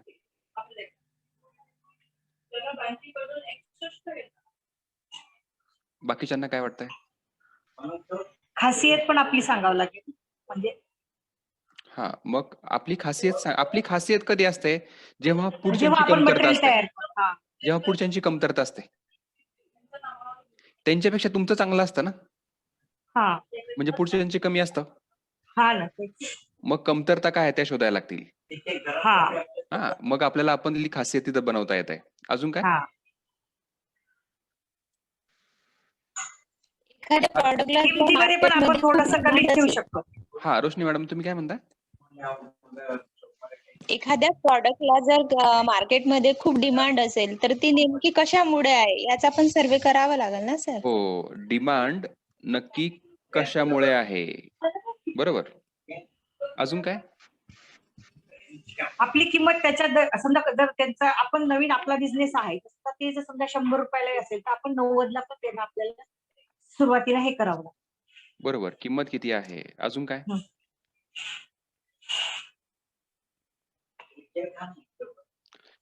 मार्जिन किती दिलं जातं? बरोबर ना दुकानदारांना? हो दुकानदाराला मार्जिन डिस्काउंट किती दिले जातात? कितीवरती अशा काय अनेक फ्री वगैरे आहे का? बरोबर कितीवर आता ते फ्री देतात त्याला काय म्हणतात माहितीये का? मार्केटिंग टर्म मध्ये ते फ्री वगैरे देतात त्याला काय म्हणतात माहितीये का? बाय वन गेट वन देतात तसं. हा त्याला काय म्हणतात? मी सांगतो तुम्हाला. हा म्हणजे ऑफर ती टर्मिनॉलॉजी फार महत्वाची नाहीये. तुम्हाला ते करता आलं आणि त्यातनं फायदा मिळाला तर हे खूप आहे. है ना? आता मी तुम्हाला पटकन पुढच्या 5 ते 10 मिनिटांमध्ये ना मार्केट सर्व्हे थोडासा इंट्रोड्यूस करतो. स्क्रीनला काय दिसतंय? येवले आणि cafe coffee day. Okay cafe coffee day म्हणजे कोणाला माहिती आहे का कॅफे कॉफी डे काय आहे? ह्या दोघांमध्ये काय फरक आहे किंवा असं काय? एक तर ह्या दोन्ही पण मोठ्या कंपन्या आहेत. बरोबर? दोघांच्या पण फ्रँचायझी आहेत. फ्रँचायझी म्हणजे काय? तर त्यांनी कॅफे सर इंटरनॅशनल आहे तर हे येवले हा आपला महाराष्ट्रीयन आहे. बरं हा ठीक आहे इंटरनॅशनल म्हणा नॅशनल म्हणा अजून काय फरक आहे याच्यात? हा चहा आहे तो कॉफी आहे. बरोबर चहा आहे हा कॉफी आहे करेक्ट. त्यांची जी सर्व करण्याची पद्धत आहे ना ती वेगळी आहे. ओके सर्व करण्याची पद्धत वेगळी आहे. परफेक्ट. अजून? म्हणजे अगदी त्याच क्वांटिटीमध्ये विशिष्ट पद्धतीने ते बनवले जातात म्हणजे त्यांची क्वालिटी ही कायम तीच असते. हा पण ते दोघांमध्ये साम्य आहे. मी फरक काय विचारतोय? ब्रँड आहेत दोन्ही पण. दोन्ही पण वेगवेगळे ब्रँड आहेत. बरोबर. अजून? खरेदी करणारा वर्ग वेगवेगळा आहे. परफेक्ट. खरेदी करणारा वर्ग वेगळा आहे. बरं.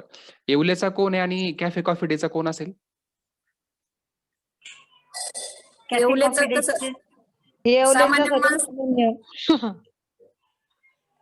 हा येवलेच्या हा सामान्यातला सामान्य माणूस पण घेतो. कॅफे डे मध्ये समजा जे मोठ्या Standard. सोसायटीचे वगैरे असतात जे तेच लोक हे करतात. हा थोडी जरा स्टँडर्ड सुटाबुटातली किंवा बाकी तशी चकाचक किंवा वेगळ्या पद्धतीनं प्रोफेशनल राहणारे लोक साधारणतः तिकडे जातात.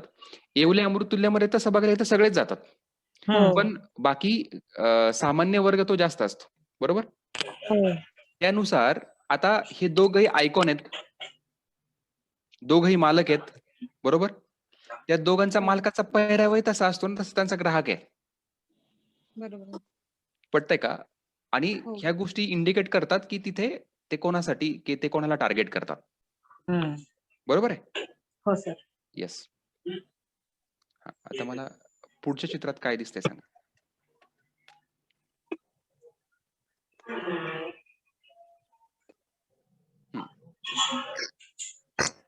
ह्या चित्रात काय दिसतंय? येवले चहाच्या तिथं उभे राहून लोक चहा घेतात ते. हो हो बरोबर. आणि कॅफेच्या ठिकाणी बसून वगैरे चेअरवर. अगदी अगदी अगदी अगदी correct. येवले चहाची सेल्फ सर्व्हिस आहे तर यांची ती स्वतः सर्व्हिस प्रोव्हाइड करतात. बरोबर बरोबर. आता पुढचं चित्र काय दाखवतंय?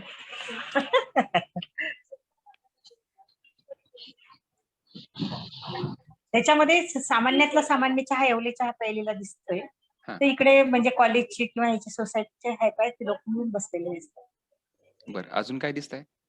रत्ना कुलकर्णी मॅडम, फक्त वर्किंग तुम्ही आता म्यूट व्हाल. बाकीचे बोलत नाहीत. बाकीच्यांचे पण व्ह्यूज आपण समजूया. हा, गर्दी पण जास्त आहे. मुंबईला गर्दी. गर्दी आहे. इकडे येवलेला थोडी गर्दी कमी आहे. असते, इकडे कमी असते. अजून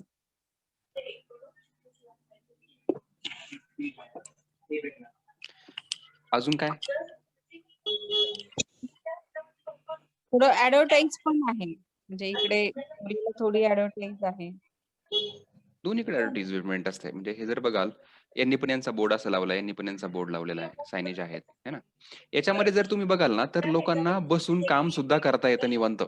आणि इकडं म्हणजे ते उभं राहून हे करतात. इकडे तुम्ही उभं राहायचं, तशाच गप्पा मारायच्या, तशाच मीटिंग करायचं आणि तसंच जायचं. बरोबर आहे? म्हणजे रिलॅक्स बसू शकतात ऑफिसच्या तिथं. हा, करेक्ट करेक्ट. हा. आणि इकडे चहा घेतला की लगेच निघायचं. आम्ही थांबू शकता, फक्त बाजूला थांबायला लागेल. पण एक साईडला उभं किती वेळ थांबू शकतो ना. हो हो हो, बरोबर. ह्या चित्रात काय दिसतंय? आणि रेट चहाच्या जास्त आहे ना त्याच्यामुळे काय काय? अजून घे ना मग चिरू. आणि प्राइस कुणीतरी लावलेली आहे. हा हा, प्राइस लावलेली आहे. ओके. त्यानंतर काही खायचं नाही म्हणून ना महादेवा. या साईडला कॉफीचे प्रकार आहेत त्याच्या प्राइस पुढे लिहिलेले आहेत. वेगळा बोर्ड आहे तिथे. बरोबर. येवले अमृतुल्यचं मराठीमध्ये सगळी माहिती आणि इकडं सगळं इंग्लिश मध्ये आहे. आणि मेन म्हणजे हा 10च रुपयाला आहे. आता इकडची प्राइस जास्ती वाढत जाणार आहे कॉफीची. त्यामुळे बरोबर. ते परवडणार, तेच लोक तिकडे जाणार. तेवढ्या सुविधा देतायत ना ते. बरोबर बरोबर. तुम्हाला एक तर नक्की कळालं ना, की प्रत्येक गोष्टीचा ग्राहक वेगवेगळे असतात. म्हणजे सगळ्याचाच ग्राहक एक असतो असं नाही. बरोबर? हम्म. इन जनरल म्हणजे तुम्ही समजा एखादा प्रॉडक्ट जर आणला, त्याचा ग्राहक काही जगातले 100% लोक असतात असं नाहीये. सगळे नाही. तुमचे ग्राहक नसतातच.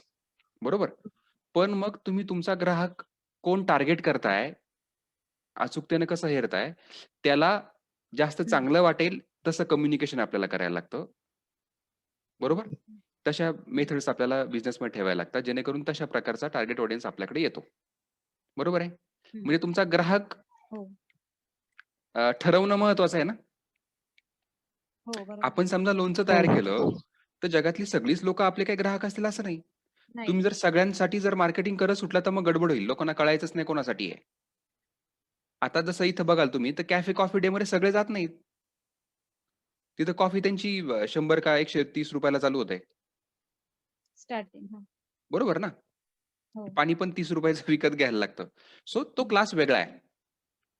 हा, बरोबर. तर मग तशीच लोक तिथे जाणार. हा सर्वसामान्यांसाठी म्हणजे कोणी पण जाणार. त्यांनी तसं स्वतःला ब्रँडिंग पण केलेलं आहे ना, की तसं लोकांना कम्युनिकेट पण केलंय ना. तर हे करणं गरजेचं असतं, नाही तर गडबड होईल. आपल्याला पण बघायला लागेल, की आपला टार्गेट ऑडियन्स कोण आहे, आपला कस्टमर कोण आहे आणि त्याला मग साजेसं कम्युनिकेशन आपल्याला करायला लागेल, जेणेकरून मग तो आपला माल विकत घेऊ शकेल किंवा आपल्याला फॉलो करू शकेल. पटतंय का? हो बरोबर. आता ह्याच्यावरती डिस्कस करत नाही. मला वाटतं, की मला जो मुद्दा कन्व्हे करायचा होता तो तुम्हाला क्लिअर झालेला आहे. हा. आता मार्केट सर्व्हे मध्ये काय असतं ना, की मार्केट सर्व्हे करताना हे फक्त ऐकून ठेवा. हे समजा फार डिटेलमध्ये नाही समजलं तर काही फरक पडणार नाही. ठीक आहे? तर याच्यामध्ये मार्केट सेगमेंटेशन म्हणून एक असतं. मार्केटचं विभाजन करायचं असतं. इंग्रजांनी भारतावर राज्य कसं केलं? कसं का बरं ते करू शकले? ते तर मूठभर होते ना. मार्केटद्वारेच ना. कसं केलं? त्यांनी एकदम सगळ्या भारतावरती ताबा बोलला का? नाही. हळूहळू. बरोबर ना. त्यांनी आधी प्लॅनिंग केलं असेल ना. आधी इकडे जाऊया. समजा मुंबईत आले असतील. बरोबर? व्यापार तरी- करण्यासाठी आले बरोबर. आणि ते व्यापार करता करता मग त्यांनी आपला एक एक जसं आता हे राजस्थानी कुटुंब कसं करते राजस्थानचे आपल्या महाराष्ट्रामध्ये आधी एक जण येतो, तो काय करतो स्वतः आपला थोडासा व्यवसाय करतो, त्यातनं तो गावाकडनं थोडंसं भांडवल करतो, त्याचा दुसरा माणूस आणतो, त्या प्रमाणात. बरोबर. पण त्याच्यामध्ये एक गोष्ट अशी होती, की ते म्हणतात ना, की तोडा आणि राज्य करा. हा. लोकमतांना एकांपासून तोडा हा. आणि मग राज्य करा. म्हणजे यातून पॉझिटिव्हली शिकण्यासारखं काय माहिती आहे का? तुम्ही जितके तुकडे कराल त्याचे, तितकं तुम्हाला जास्त क्लिअर होईल की कशाप्रकारे तुमचं राज्य प्रस्थापित होऊ शकतं. पॉझिटिव्हली जर तुम्ही विचार केला तर. तसंच तुम्हाला मार्केटचं विभाजन करायला लागेल वेगवेगळ्या भागांमध्ये. एकदम तोडफोड करायला लागेल, एकदम डीपमध्ये विचार करायला लागेल. जसं तुम्ही आता वेगवेगळी गणितं करून बघितली, इतकं मे बी यदा-कदाचित काही लोकांनी केला नसेल. बरोबर ना? गणितं करताना. तर आपण किती एकदम चिरफाड केली सगळ्याची आणि त्यातनं मग खरं काय ते कळालं. कुठं आपण कंट्रोल करू शकतो हे तुम्हाला आता कळेल. बरोबर ना? बरोबर का? हो. हां. तसंच मार्केटचं विभाजन करण्याची गरज आहे. मार्केट विभाजन करण्यासाठी आहे ना, किमान 4 पद्धतीनं वेगवेगळं करता येतं. एक असतं की लोकसंख्याशास्त्र विषय. म्हणजे काय, की तुम्हाला हे बघायला लागतं, की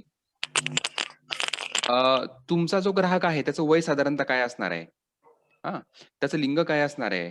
त्याचा व्यवसाय काय असणार आहे का? तो नोकरी करणार आहे का? त्याचं उत्पन्न साधारणतः कोणत्या गटात असणार आहे? जसं येवले आणि कॅफे कॉफी डेचा विचार केला, तर कॅफे कॉफी डेमध्ये कॉफी प्यायला कोण जाईल? त्याचं उत्पन्न किती आहे?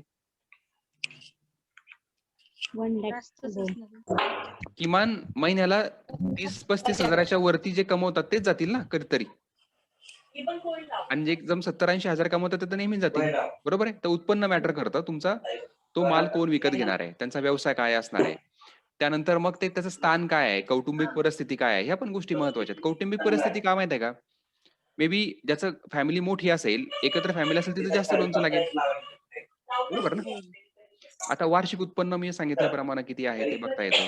त्यांचं शिक्षण काय हे पण तितकं महत्त्वाचं आहे. त्यानुसार तुम्हाला तुमचं पॅकेज डिझाइन करायला लागतं. बरोबर ना? हो. तर ह्या गोष्टी लक्षात घ्यायला लागतात. मानसशास्त्रीय जर बघाल तर त्यांची जीवनशैली काय आहे? त्यांचा इंटरेस्ट कशामध्ये असतो? है ना? कशाप्रकारे त्यांच्या खाण्याच्या सवयी आहेत? त्यांना काय आवडतं? हाही लोकांचा विचार करायला लागेल. त्यांची वर्तणूक कशी आहे साधारणतः? म्हणजे खरेदी करण्याच्या पद्धती त्यांच्या कशा तर त्यांच्या खरेदी करण्याच्या पद्धती साधारणतः कशा आहेत? सवयी कशा आहेत? ते कितीदा खरेदी करतात? एका वेळेला किती खरेदी करतात? का 2-3 महिन्याचं एकदम भरतात बाजार? है ना? अ, त्यानंतरला ब्रँडिंगचा किती फरक त्यांच्यावरती काय पडतो? म्हणले? म्हणजे समजा अमिताभ बच्चनने जर जाहिरात केली तर मग माझ्या बाबतीत अ, काहीतरी बोलले. ते जास्त होणार आहे का? म्हणजे जास्त लोकं ते विकत घेणार आहेत का? ह्या अनेक गोष्टी असतात. ह्या गोष्टी महत्त्वाच्या आहेत. त्यानंतर भौगोलिक एक स्थान आहे. अ, भौगोलिक स्थान आहे. भौगोलिक स्थान फार महत्वाचं आहे. तुम्ही तुमचं मार्केट निवडत असताना कुठं मार्केट निवडायचं आहे? समजा आता रत्ना कुलकर्णी मॅडम जर असतील, तर त्या काय म्हणतील, की मी आता आळंदीला राहते. मग आळंदी, पिंपरी चिंचवड, विश्रांतवाडी, शिवाजीनगर हा जो जवळचा एरिया असेल किंवा मोशी असेल, भोसरी असेल, हे माझं टार्गेट मार्केट आहे. तर भौगोलिक परिस्थिती तुम्हाला निवडायला लागेल. मग तुम्हाला कळतं, की मला माझा व्यवसाय फक्त ह्याच भागांमध्ये सुरुवातीला प्रस्थापित करायचा आहे. मग त्याच्यामध्ये डिटेल माहिती तुम्हाला ह्या बाकी 3 घटकांची घेता येते. त्यामुळं विशिष्ट स्थान काय आहे? हां, तर अशा प्रकारे तुम्हाला विचार करता येईल. हवामान तिथलं कसं आहे? हवामानाचाही बराच फरक पडतो, है ना? तिथं उत्पादन कसलं असतं? किती असतं? याचाही विचार करता येईल तुम्हाला. तर हे तुमचा व्यवसायाचं प्लॅनिंग करत असताना ह्या गोष्टींची तुम्हाला काळजी घ्यायला लागेल, याचाही डिटेल विचार करायला लागेल. आता येवले चहासाठी कसं झालं इथे तुम्हाला दिसतंय. म्हणजे येवलेचा ग्राहक कसा असणार आहे? तर साधारण कामगार वर्ग असणार आहे, एस-एस-सी-डीमध्ये कोण असणार आहे, उत्पन्न कसं असणार आहे, त्याच्यामध्ये लिहायचा प्रयत्न केलाय आपण. जीवनशैली साधी राहणीमान असणार आहे. कॉफी कॅफे डेमध्ये जाणारे लोक ब्रँडेड कपडे किंवा वस्तू वापरणारे असतील, iPhone वापरणारे असतील. यांची वर्तणूक किंवा खरेदी सवय कशी आहे, त्याचं एक उदाहरण तिथं लिहिलेलं आहे आपण. भौगोलिक परिस्थिती कशी आहे, म्हणजे येवले जे आहे ते शहर आणि ग्रामीण भागात पण दिसतील. पण सी कॉफी कॅफे डेची दुकानं जी आहेत, ती शहरातच दिसतील. तर अशा प्रकारे तुम्हाला तुमच्या व्यवसायावरती विचार करता येणं शक्य आहे. ही पी आम्ही तुम्हाला शेअर करू. त्यातनं तुम्ही हे परत ठरवू शकता.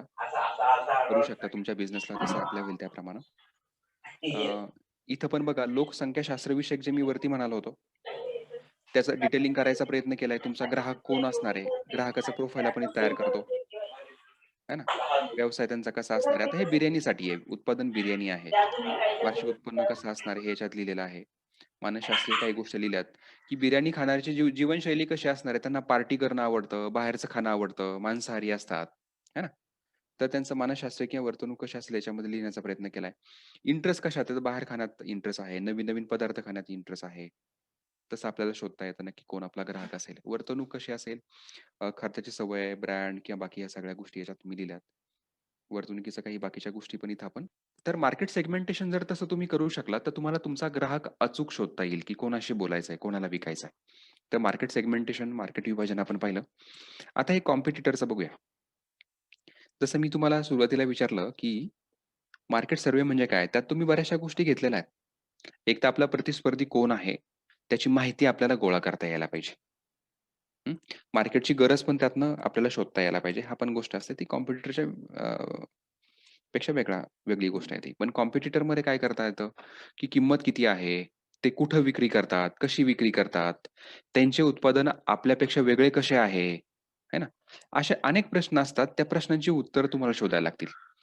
तर मार्केट सर्व्हे मला वाटतं, की तुम्ही करावा आणि तो नंतर आम्हाला कम्युनिकेट करा. साधारणतः मार्केट सर्व्हे तुमचा काय दाखवतोय. तर मार्केट सर्व्हे करताना कॉम्पिटिटर जो प्रतिस्पर्धी असणार आहे, स्पर्धक असणार आहे, त्याची काय-काय किमान माहिती तुम्ही गोळा केली पाहिजे तर इथे दिसताय. तुम्ही असा एक चार्ट करायला हरकत नाहीये, की स्पर्धकाचं नाव काय आहे? त्याची कोणकोणती उत्पादनं आणि कोणकोणत्या सेवा आहेत? त्यांच्या किमती किती आहेत? त्याची वजनं कशी आहेत? त्यानुसार किमती किती आहेत? तो विक्री कुठे करतो? कुठे करतो म्हणजे मॉलमध्ये करतो, रिटेल शॉपमध्ये करतो, डोअर टू डोअर करतो, है ना? त्याच्यानंतर समजा स्टॉल लावतो. तो कशाप्रकारे कुठे विक्री करतो हे तुम्हाला समजून घ्यायला लागेल. नंबर होता. त्यांचे उत्पादन आपल्यापेक्षा वेगळे कसं आहे हे मी सांगितलं. ते त्यांचे उत्पादन किंवा सेवेची जाहिरात कशी करतात, ते जाहिरात कशी करतात हेही फार महत्वाचं आहे. त्याचा अभ्यास तुम्हाला करायला लागेल. आपण स्पर्धा कशी करू शकता याचा विचार करायला लागेल. आता प्रतिस्पर्ध्याचं जे काही प्रोफाईल आहे त्याच्यासोबत आपण स्पर्धा कशी करतो? याच्यामध्ये काय असतं मगाशी मी सांगितल्याप्रमाणे, की प्रत्येक गोष्टीमध्ये काहीतरी कमतरता असते. तर पुढच्याची काय कमतरता आहे ती तुम्हाला शोधून काढायला लागेल. त्यानंतर उत्पादन तयार करण्यासाठी कोणते तंत्रज्ञान वापरतो हे पण महत्वाचं आहे. जेणेकरून प्रतिस्पर्ध्याकडनं पण बऱ्याचशा गोष्टी आपल्याला शिकता येतात. आता हे सोडवायचा इथं प्रयत्न केलाय. ह्या 8ही प्रश्नांची उत्तरं. तर हे पण मी तुम्हाला शेअर करेन, की अशा प्रकारे तुम्हाला प्रत्येक प्रतिस्पर्ध्याची माहिती गोळा करून मार्केट सर्व्हे करणं गरजेचं आहे. ज्यातनं तुम्हाला कळेल, की तुमचा प्रॉडक्ट कसा चांगला आहे आणि ते चांगल्या प्रकारे कम्युनिकेट करता येईल, चांगल्या प्रकारे समाजाला सांगता येईल आणि तुमचा बिझनेस चांगल्या प्रकारे ग्रो होईल. तर हे तो मार्केट सर्व्हेसाठीचं. मार्केट सर्व्हे याची आपण पटकनी माहिती जाणून घेतली. याच्यामध्ये तुम्हाला काही शंका आहे का? काही विचारायचं आहे का? नाहीतर आपण पुढे जाऊया. मार्केटिंग विषयी आपल्याला बोलायचं आहे. नाहीये काही शंका? Okay, great. ठीक आहे. मार्केटिंग म्हणजे काय मला सांगता का? हां, ओके. म्हणजे विकणे म्हणजे मार्केटिंग. लोकं म्हणतात काय हे मार्केटिंगचं आहे, आता काहीतरी आपल्या गळ्यात काहीतरी मारूनच जाणार. है ना? म्हणजे मार्केटिंग पॉझिटिव्हली पण लोकं वापरतात आणि निगेटिव्हली पण वापरतात, है ना? तर मार्केटिंग म्हणजे विक्री. अजून तुम्हाला काय वाटतं? अजून काय वाटतं मार्केटिंग म्हणजे? काही तुम्हाला जे वाटतं ते सांगा बिंदास. स्क्रीन दिसतीये? दिसते. हो, हो. मार्केटिंग म्हणजे काय? विक्री करणे. बरं, याच्या व्यतिरिक्त काही उत्तर आहे का आपलं? कोणाचं? खरेदी आणि विक्री दोन्ही पण येईल सर त्याच्यामध्ये. अच्छा, मार्केटिंग म्हणजे खरेदी आणि विक्री. बरं, ठीक आहे. तुमच्या मनात जे असेल ना ते बोला, बिनधास्त बोला. तर कोण बोलतच नाही त्याच्यामुळे मग पुढे जा. तिथून पुढे पुढची माहिती सांगा. बोलतच नाहीये कोणी म्हटलं काय करणार? हां. येत नाही म्हणत नाही किंवा कळालं नाही म्हणत नाही. अजून काहीच बोलले नाही. नाही मग कन्फ्यूज असतात. पण मला काय म्हणायचं ना, की आपण बोलूया. हो. जसं मी सारखा प्रश्न का विचारतो, सगळे सारखे अंदाज का घेतो, की मला कळतं, की मग तो कॉन्सेप्ट आपल्याला किती माहिती आहे. जर तुम्हाला बरोबर. चांगल्या प्रकारे माहिती असेल, तर मग मी काहीतरी वेगळं सांगेल तुम्हाला. कारण हो, वेळेचं बरोबर बंधन आहे. असतं. हां, है ना? मी ते रिपीट नाही करणार. अशा अर्थानं फक्त मी प्रश्न विचारत असतो. हां, हां. येस. सगळ्यांचं म्हणणं हेच आहे का, की विक्री करणं म्हणजे मार्केटिंग? माईक अनम्यूट करून एकदा हो म्हणा किंवा नाही म्हणा किंवा नाही सांगता येणार असं उत्तर द्या. सर, हां, माया मॅडम. विक्री सोबत सारिका बोलतेय. विक्री सोबत माउथ पब्लिसिटी पण खूप महत्वाची आहे. म्हणजे आपलं बोलणे. हां, माउथ पब्लिसिटी म्हणजे पब्लिसिटी. चला, पब्लिसिटी आणि बरोबर. हे शब्द महत्वाचे आहेत. तर मार्केटिंगमध्ये ग्राहक, समाज ऍडव्हर्टायझिंग ह्या सर. सगळंच मार्केटिंगमध्ये ग्राहक, समाज, इतर मागणी पुरवठ्याचे हे बाकीच्या गोष्टी, व्यापार चक्र ह्या सगळ्याचा अभ्यास एकत्रित येतो. खूप ब्रॉड संकल्पना आहे ही. फक्त हा खरेदी विक्री नाही, त्याच्या निगडीत ज्या काही संकल्पना आहेत त्या सर्वच येतात त्यात. बरोबर बरोबर, बऱ्याच गोष्टी याच्यामध्ये येतात. करेक्ट. हम्म. अजून ऍडव्हर्टायझिंग करणे सर. हा ऍडव्हर्टिजमेंट. रोशनी मॅडम म्हणतात की जाहिरात, ऍडव्हर्टिजमेंट. बरोबर. तर माया मॅडम की कोणीतरी सांगितल्याप्रमाणे ही फार मोठी संकल्पना आहे मार्केटिंग. मार्केटिंग म्हणजे युजली आपल्याला विक्री किंवा फक्त जाहिरात वाटतं. पण बाकी काही गोष्टी आहेत ना त्या थोड्याशा आपण समजून घेऊ, जेणेकरून त्याचा उपयोग आपल्याला व्यवसायासाठी चांगल्या प्रकारे. तर मार्केटिंग ही एक व्यवस्थापन प्रक्रिया आहे, ज्याच्यामध्ये वस्तू किंवा सेवा गरजा पूर्ण करण्यासाठी संकल्पनेकडून ग्राहकाकडे जातात. म्हणजे ही एक व्यवस्थापन मॅनेजमेंट प्रोसेस आहे, व्यवस्थापन प्रक्रिया आहे, ज्याच्यामध्ये समाजात काहीतरी गरज असते. ती गरज भागवण्यासाठी, लोकांचं समाधान करण्यासाठी एखादा प्रॉडक्ट किंवा सेवा तयार केली जाते आणि ती लोकांपर्यंत पोहोचवली जाते आणि त्यातनं लोकांची गरज पूर्ण होते किंवा लोक समाधानी होतात. ही जी सगळी प्रक्रिया येते ना त्याला मार्केटिंग म्हणतात. मार्केटिंग म्हणजे फक्त विक्री किंवा जाहिरात नाही. म्हणजे कसं स्क्रीनवरती तुम्हाला दिसत असेल की प्रोडक्ट, प्राइस, प्रमोशन आणि प्लेस. ह्या 4 गोष्टी जास्त महत्त्वाच्या आहेत. याच्यामध्ये अजूनही काही पी आलेत वेगवेगळे, पीपल वगैरे, वगैरे, वगैरे. पण ह्या 4 बेसिक आहेत की तुम्हाला प्रॉडक्ट विषयी चांगली माहिती असली पाहिजे किंवा प्रॉडक्ट कसा चांगला असू शकतो, त्याचं काम याच्यामध्ये करता येतं. प्राइस ठरवता येते. त्याच्यामध्ये त्याचा खर्च आहे, डिस्काउंट आहे, मार्जिन आहे, प्रमोशन आहे. प्रमोशनमध्ये मग जाहिराती, वेगवेगळ्या प्रकारच्या सेल्स, पब्लिसिटी सगळ्या गोष्टी येतात. प्लेसमध्ये काय येतं ना, की तुमचा डिस्ट्रिब्युशन चॅनल कसं असणार आहे. म्हणजे तुम्ही विक्री कशी करणार आहे, डायरेक्ट विक्री करणार आहे, मध्ये दुकानदार असणार आहे, कोण असणार आहे किंवा तुमचं ट्रान्सपोर्टेशन कसं असणार आहे. ह्या सगळ्या गोष्टी ह्या मार्केटिंगमध्ये येतात. आपण एक-एक गोष्ट थोडक्यात समजून घ्यायचा प्रयत्न करू. प्रॉडक्ट. आता हा तुमचा प्रॉडक्ट आहे. बरोबर. फक्त लोणचं म्हणून चालत नाही. पण त्याचं मग काम काय आहे, तर लोकांना चांगली टेस्ट आली पाहिजे जेवताना, हे त्याचं काम आहे. त्याचं पॅकिंग कसं असलं पाहिजे याचा सगळा तुम्हाला डिटेल विचार करायला लागतो. मग पॅकिंगवरती लेबलिंग कसं असलं पाहिजे त्याचा डिटेल विचार करायला लागतो. तर हे सगळं मार्केटिंगमध्ये येतं एक प्रॉडक्ट चांगला डिझाइन करण्यासाठी. पॅकेजिंग असेल किंवा तुमची सेवा असेल ती कशाप्रकारे पुढे जाणार आहे. तर हे सगळं प्रॉडक्टच्या अंतर्गत येत असतं. किंमत, तुम्हाला किंमत ठरवायला लागते. किंमत ठरवत असताना साधारणतः तुम्ही तुमचा खर्च किती आहे प्रोडक्शनचा त्याच्यावरनं तुमची किंमत ठरवू शकता किंवा मार्केटमध्ये त्याचा रेट काय आहे, जसं आपण ₹300 प्रति किलो बघितलं होतं. त्यानुसार तुमची किंमत ठरवू शकता. त्याचबरोबर काही डिस्काउंट द्यायचेत का? काही मार्जिन्स कशा प्रकारच्या असल्या पाहिजेत, ह्या सगळ्याचा विचार करता येतो. तर ते प्राइसच्या अंतर्गत येतात. तर ते सुद्धा मार्केटिंगच्या अंतर्गत येतं. प्लेस ज्याच्यावरती आपण बोलू, कारण प्रॉडक्टवरती आपण बोललेलो आहे. पॅकिंग वगैरे सगळ्या गोष्टी, लेबलिंग वगैरे आहे ना. त्यामुळे मी फार वेळ दिला नाही. प्राइसवरती पण आपण भरपूर चर्चा केलेली आहे 2 दिवस. आता प्लेस, डिस्ट्रिब्युशन चॅनल तुमचा कसा असणार आहे? मला वाटतं की सगळ्यांनाच माहीत असेल, ह्या 4 प्रकारचे डिस्ट्रिब्युशन चॅनल असतात. एक पहिला असतो प्रोड्युसरकडनं डायरेक्ट कन्झ्युमरकडे. हं. म्हणजे तुम्ही तयार केला आणि तुम्ही डायरेक्ट ग्राहकाला विकला. ही एक चॅनल असतो मार्केटिंगचा तुमचा, डिस्ट्रिब्युशनचा. दुसरा असतो की तुम्ही तयार केला, प्रोड्युसर म्हणजे तुम्ही आहात. मग तुम्ही काय करता, याची विक्री करता रिटेलर थ्रू. इथं दुकानदार विक्रेता येतो आणि मग तो कस्टमरकडे जातो, तुमचा माल. तिसरी एक असते की मध्ये एक होलसेलर असतो किंवा डिस्ट्रिब्युटर असतो. तो काय करतो, तुमच्याकडनं घेतो, नंतर मग त्याचं वेगळं नेटवर्क असतं मार्केटिंगचं. तो दुकानदारांना देतो आणि तिकडनं मग लोकं विकत घेतात. पुढची एक पद्धत असते की तुम्ही तयार करता, कुणीतरी तो रिपॅक करतं त्याच्या नावानं आणि ते विक्री करतात. जसं काल निलेश सर जे आले होते, ते सांगत होते की आम्ही 29 कंपन्यांना लोणचं बनवून देतो. हे बनवून देतात आणि पुढची कंपनी मग त्यांच्या नावाने ती विक्री करते. त्याला रिपॅकर म्हणतात. तुम्ही तेही करू शकता. तुम्ही तयार करू शकता आणि विक्री करू शकता. बरोबर? आता हे 4 वेगवेगळे चॅनल आहेत. तुम्ही स्वतःला इथं कोणत्या रोलमध्ये बघताय तेही तुम्हाला बघता येईल. उदाहरणार्थ मला काय म्हणायचं आहे, की तुम्ही गरज नाही की पहिल्यांदा प्रोड्युसर म्हणून काम केलं पाहिजे. यदा-कदाचित तुम्ही रिटेलर म्हणून काम कराल किंवा रिपॅकर म्हणून काम कराल आणि मग विक्री कराल. तर हाही तुमच्याकडं ऑप्शन याच्यामध्ये असू शकतो. तर याच्यामध्ये डिस्ट्रिब्युशन कसं असणार आहे, तुमचं बाकी ट्रॅव्हल किंवा लॉजिस्टिक कसं असणार आहे, हे सगळं तुम्हाला ठरवावं लागतं किंवा त्याचा अभ्यास करायला लागतो. कारण प्रत्येक चॅनलची एक वेगवेगळी कॉस्ट आहे आणि प्रत्येक चॅनलचा नफा सुद्धा वेगवेगळा आहे. प्रमोशन म्हणजे जाहिरात. हं. जाहिरातीमध्ये ना, ह्या काही बेसिक संकल्पना आपण समजून घेऊ. 5 प्रकारे तुम्हाला जाहिरात करता येते. हं. पण याच्यापैकी 1 किंवा 2च गोष्टी नाही निवडायच्या जाहिरात करायला. त्याचं योग्य मिक्सचर तुम्हाला निवडायला लागेल, त्याचा राईट मिक्स तुम्हाला निवडायला लागेल वेगवेगळ्या गोष्टींचा. आता पर्सनल सेलिंग मध्ये काय येतं कोण सांगू शकेल? वैयक्तिक विक्री पर्सनल सेलिंग मध्ये काय येईल? स्वतः विक्री करत असताना म्हणजे आपण आपलं प्रोडक्ट कसं चांगलं आहे ह्याविषयी लोकांना पटवून देणं पण गरजेचं आहे. हं. दुसरे प्रोडक्ट आणि आपल्या प्रोडक्ट मधलं फरक काय आहे? बरोबर. म्हणजे तुम्ही स्वतः विक्री करता डायरेक्ट पुढे जाऊन.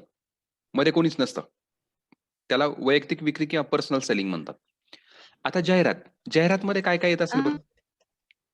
काय? जाहिरात ऍडव्हर्टिजमेंट त्याच्यामध्ये काय येत असेल? आपलं प्रोडक्ट काय आहे, त्याच्यामध्ये काय काय इंटिग्रेशन आहे, त्याच्यानंतर ते किती प्रकारे छान आहे हे पटवून देणं. हा, हे पटवून देणं. पण त्यासाठी जी तुम्ही माध्यमं वापरता ती कोणती असतात? तुमचे ते सोशल पोस्टर मीडिया आहे सर, हा, सोशल मीडिया पोस्टर आहे, आहेत, पोस्टर आहेत, सोशल लिफलेट मीडिया आहे. पोस्टर आहे, माउथ करेक्ट प्ले करेक्ट. हे आहे, हा, किंवा माउथ एखादी व्हिडिओची पब्लिसिटी जाहिरात आहे. बनवली. किंवा करेक्ट. पॅम्पलेट वगैरे छापून पण पॅम्पलेट आपण आहेत. बरोबर. तर ह्या सगळ्या गोष्टी जाहिरातीच्या अंतर्गत येतात. हं? हा. त्यानंतर सेल्स प्रमोशन आहे. विक्री संवर्धन. सेल्स प्रमोशन म्हणजे काय ना? तुम्हाला माहिती आहे का कोणाला सेल्स प्रमोशन? सेल्स प्रमोशन काय असेल? घरोघरी जाऊन विक्री करणे. हॅलो, घरोघरी जाऊन विक्री करणे. विक्रीविषयी जाहिरात. नाही, जाहिरात तर आपण वरती म्हणालो ऍडव्हर्टिजमेंट मध्ये. सेल्स प्रमोशन काय असेल? सर, घरोघरी जाऊन विक्री करणे. बरं, मग वैयक्तिक विक्री ते काय असेल? वैयक्तिक विक्रीमध्ये येतं ना? सेल्स प्रमोशन म्हणजे आपला ग्राहक वाढवत जाणे. हा, बरोबर. पण कसा? म्हणजे नक्की काय करायचं? कामगार कामावर ठेवणे आपण. ओके. जे लोक कामगार असणार ते विक्री दुकानदारामार्फत बरोबर. आता सेल्समन ऍक्च्युली वगैरे ठेवून. हा जर तुम्ही काही विक्री वाढवण्याविषयी बोलताय ना वेगवेगळ्या पद्धतीनं, हा, उद्देश तोच आहे. पण सेल्स प्रमोशन म्हणजे काय ना, की मग कशी कोणीतरी डिस्काउंट देण्याचं म्हणालं होतं. हा, मीच म्हणाले. बरोबर.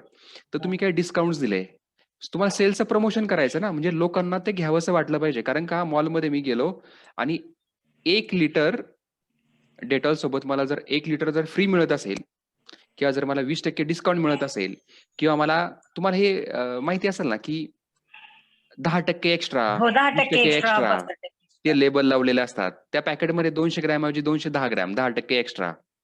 तेलावरती पण असतं. बरोबर आहे? हो. तर याला सेल्स प्रमोशन म्हणतात. तुम्ही काहीतरी एक्स्ट्रा देता, डिस्काउंट देता. बरोबर? किंवा तुम्ही काय करू शकता माहिती आहे का? समजा तुमचं कैरीचं लोणचं, आंब्याचं लोणचं जास्त खपतंय.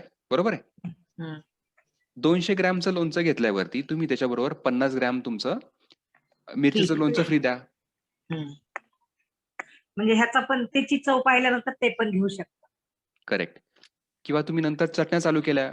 तुमचं चटण्या चांगल्या खपतात आहे, तर तुम्ही 50 ग्रॅम किंवा 20 ग्रॅम तुमचं लोणचं त्याच्यासोबत फ्री द्या. यानं काय होणार? तुमचा सेल वाढणार आहे. हो सर. म्हणून त्याला सेल्स प्रमोशन म्हणतात. हं? आता सर, मला डायरेक्ट मार्केट. मागचे 2 राहिले सर. मागे काय झालं ते मला नाही समजलं थोडंसं. हा, वरती पर्सनल सेलिंग दिसतंय तुम्हाला, वैयक्तिक विक्री. हा. वैयक्तिक विक्री म्हणजे आपण स्वतः जाऊन विकतो डायरेक्ट ग्राहकाला. हा. ऍडव्हर्टिजमेंट म्हणजे काय ना, की जाहिरातीचे वेगवेगळे माध्यम असतात. तुम्ही काय पॅम्पलेट छापले, लिफलेट छापले, बॅनर छापले, व्हिडिओ केला जाहिरातीचा, सोशल मीडियाचा वेगवेगळ्या प्रकारे मग हे सगळं प्रमोशन केलं त्याचं किंवा त्यामार्फत लोकांना कम्युनिकेट केलं, त्याला जाहिरात म्हणतात. ठीक आहे. आता डायरेक्ट मार्केटिंग, थेट विपणन, याला कसं म्हणता येईल? यात काय काय येईल बरं? आपण डायरेक्ट ग्राहकाशी पण म्हणजे बोलून करून देणे आणि दुकानदाराला पण जावं डायरेक्ट भेटून विकणे. नाही, वैयक्तिक विक्रीमध्ये डायरेक्ट ग्राहकाला आपण विकतो ना. डायरेक्ट मार्केटिंग मध्ये काय येईल? हे बघा, तुम्ही फेसबुकला जाहिरात टाकली तुमच्या याची, तुमची व्हॉट्सअपला जाहिरात टाकली आणि तुम्हाला 10 किलोची किंवा 1 किलोची ऑर्डर मिळाली. बरोबर? तर हे तुम्ही डायरेक्ट कस्टमरशी वैयक्तिक न जाता, पर्सनली न जाता डायरेक्ट वेगळ्या माध्यमातून संपर्क केला आणि तुम्हाला ऑर्डर मिळाली. ओके. फेसबुक थ्रू 10 किलोची ऑर्डर मिळाली, व्हॉट्सअप थ्रू 10 किलोची ऑर्डर मिळाली किंवा तुम्ही पेपरमध्ये जाहिरात दिली, लोकल पेपरमध्ये. बरोबर? आणि मग लोक तुमच्याकडे आली, तर याला डायरेक्ट मार्केटिंग म्हणायचं. हे बघा, सगळ्यामध्ये तुम्ही विक्रीच करताय, पण याचे बारकावे समजून घ्या. म्हणजे कोणता मार्ग कसा अवलंबवायचा, कसा वापरायचा, हे तुम्हाला जास्त चांगल्या प्रकारे कळेल. ठीक आहे. सगळ्यात शेवटी आहे पब्लिक रिलेशन, जनसंपर्क. याच्यामध्ये काय येईल बरं? समजा तुमच्या इथे गणपतीचा उत्सव मोठ्या प्रमाणात भरतो, है ना? हा तर तिथे मग तुम्ही काहीतरी स्पॉन्सरशिप द्यायची आणि तुमचा बॅनर लावून घ्यायचा. हम्म. तुम्ही हे पाहिलं का, की टीव्हीला कोणताही जो कार्यक्रम असतो, समजा सारेगमपा आहे, हम्म. ते म्हणतात ना स्पॉन्सर्ड बाय लक्स, कोझी वगैरे, हा. वगैरे, वगैरे, वगैरे. हां. हम्म. तर ते काय करतात, ते त्याला पब्लिसिटी म्हणतात, त्याला पब्लिक रिलेशन म्हणतात. हम्म. तुम्ही एखादे प्रोग्राम स्पॉन्सर करायचे आणि स्वतःचा बोर्ड तिथे लावून घ्यायचा. माझा फोन तर अशा प्रकारे तुम्हाला पब्लिक रिलेशन्स बघता येतील.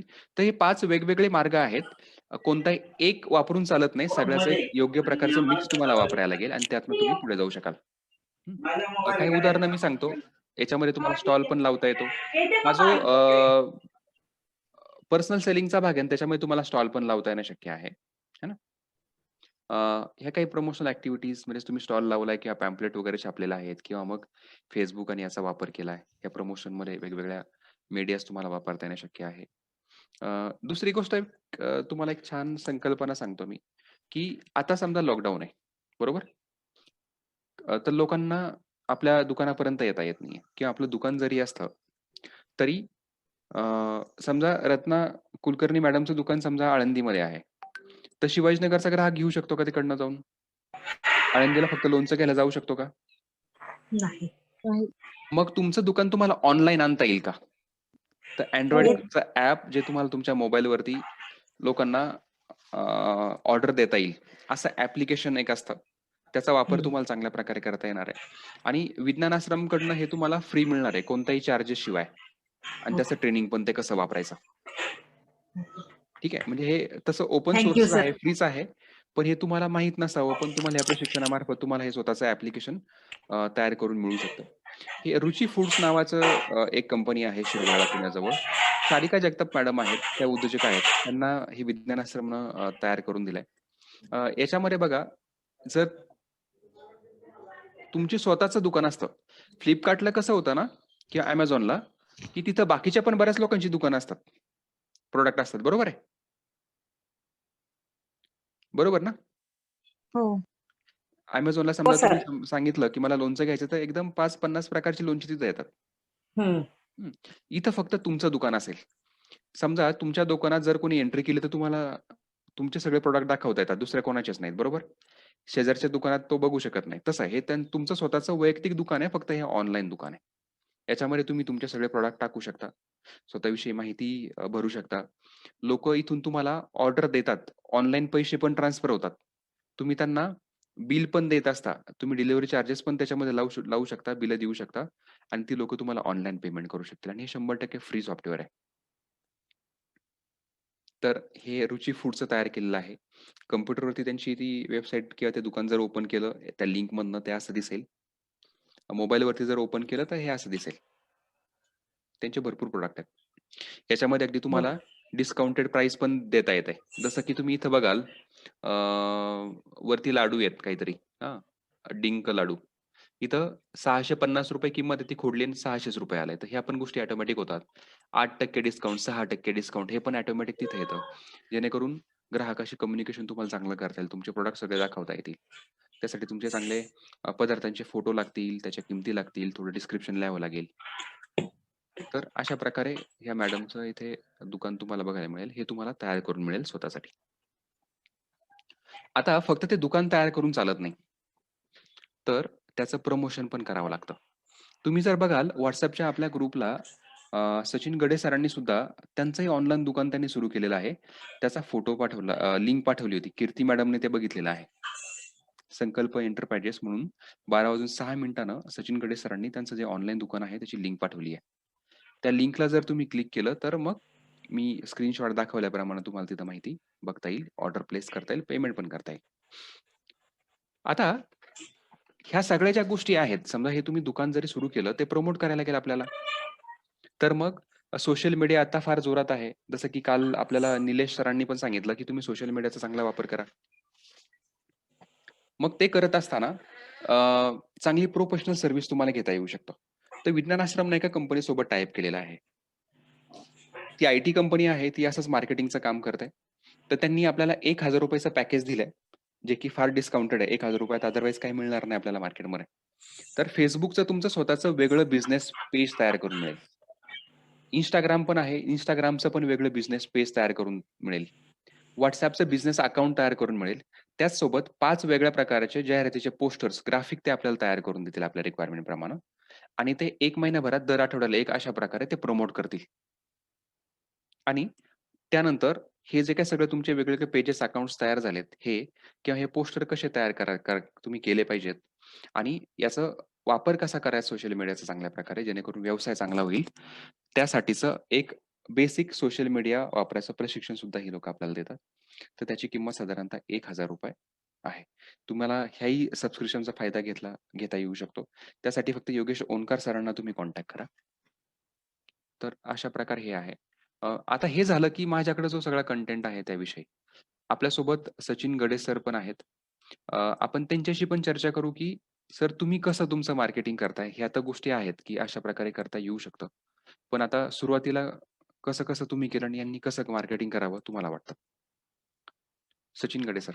हो. नमस्कार सर्वांना. केव्हाचाच जे काही चर्चा सुरू आहे ती सर्व चर्चा ऐकतोय. सचिन सरांनी अगदी मायक्रो फायनान्स प्लॅनिंग ज्याला आपण म्हणतो बिझनेस टर्म मध्ये, ही स्ट्रॅटेजी आणि ते प्लॅनिंग कसं करायचं या सर्व गोष्टी सांगितल्या. खूप बरं वाटलं मला हे सर्व ऐकून.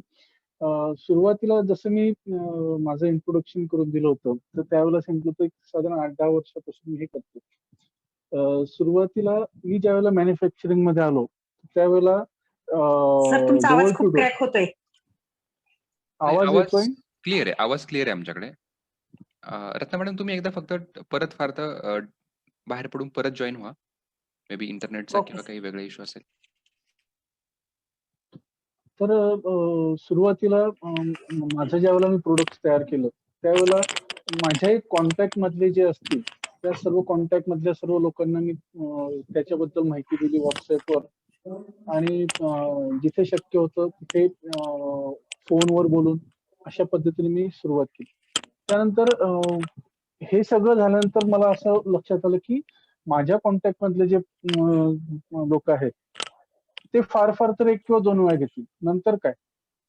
मग म्हणून मी सुरुवातीला माझे प्रोडक्ट घेऊन डोअर टू डोअर मार्केटिंग ज्याला आपण म्हणतो खाली घ्यायचं.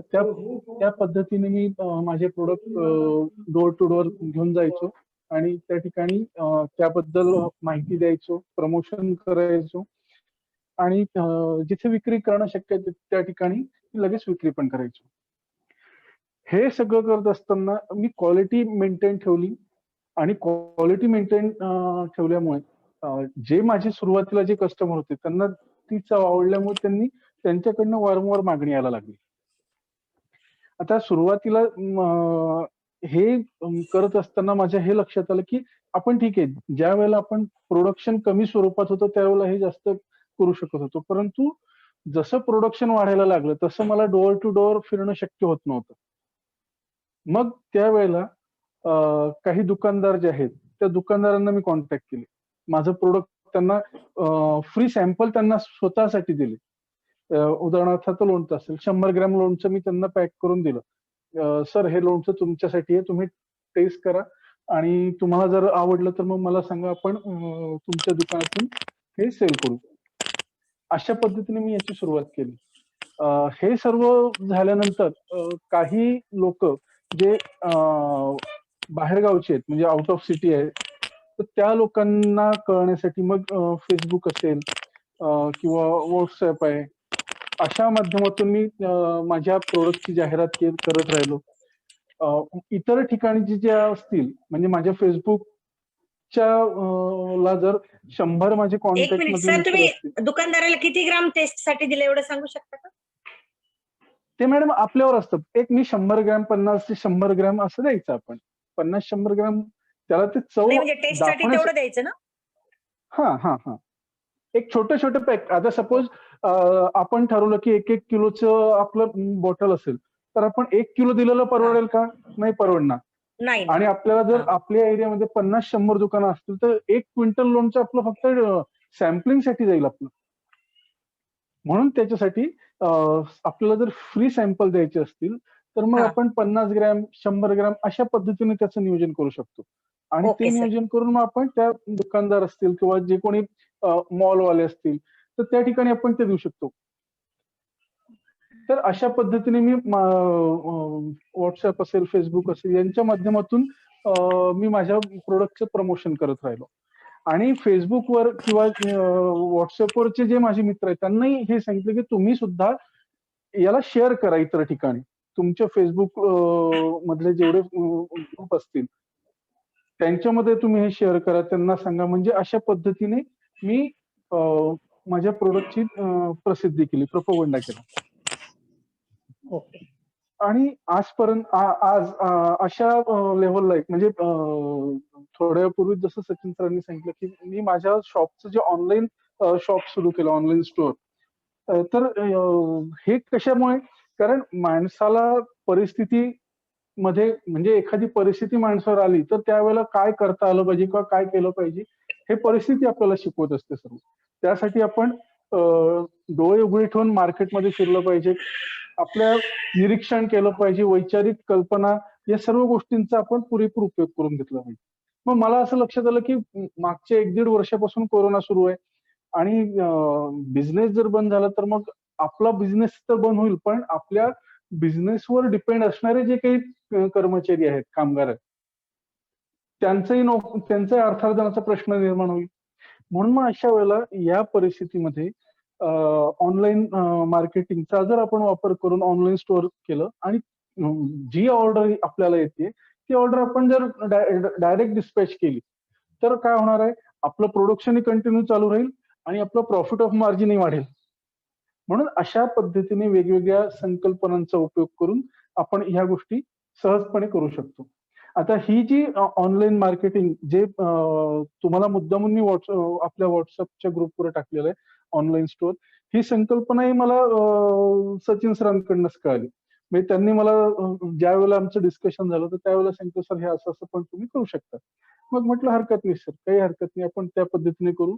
त्यांनी मला करून दिलं या सर्व गोष्टी आणि ते सगळं करून झाल्यानंतर मग आता मी आता सुद्धा तेच करतोय. मी माझ्या प्रोडक्टची ऍडव्हर्टाइजमेंटच करतोय आणि माझ्या दृष्टीने तुम्ही सर्व माझे कस्टमर आहात. त्यामुळे मी ही ग्रुपवर टाकलाय. हा सचिन सर. बरोबर. तर सरांनी सांगितल्याप्रमाणे आपल्याला त्यांनी कसं मार्केटिंग सुरू केलं किंवा सॅम्पलिंग कसं सुरू केलं ह्या गोष्टी फार महत्वाच्या आहेत. सर मला फक्त एक सांगा, की मार्जिन तुम्ही कसं सेट करताय आणि सध्या मग चॅनल कोणतं वापरताय विक्रीसाठी? मार्जिनचा जो पोर्शन आहे म्हणजे हा प्रत्येकाने आपापला वैयक्तिक ठरवायचा असतो. मी माझ्या याच्यामध्ये 30% मार्जिन ठेवलेलं आहे. मग 30% मध्ये होलसेलर आणि रिटेलर हे दोघेही आले पाहिजे. बरोबर. त्यापेक्षा जास्त जर दिलं तर ते आपल्याला परवडत नाही. असं म्हणजे माझा जो मार्केट स्टडी आहे त्यानुसार मी 30% मार्जिन फिक्स केलेलं आहे. डायरेक्ट जर दुकानदार असेल तर मग मी त्याला 20% ने देतो.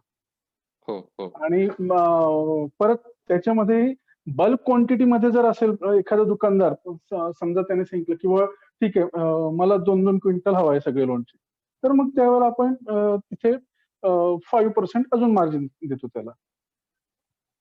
बरोबर बरोबर.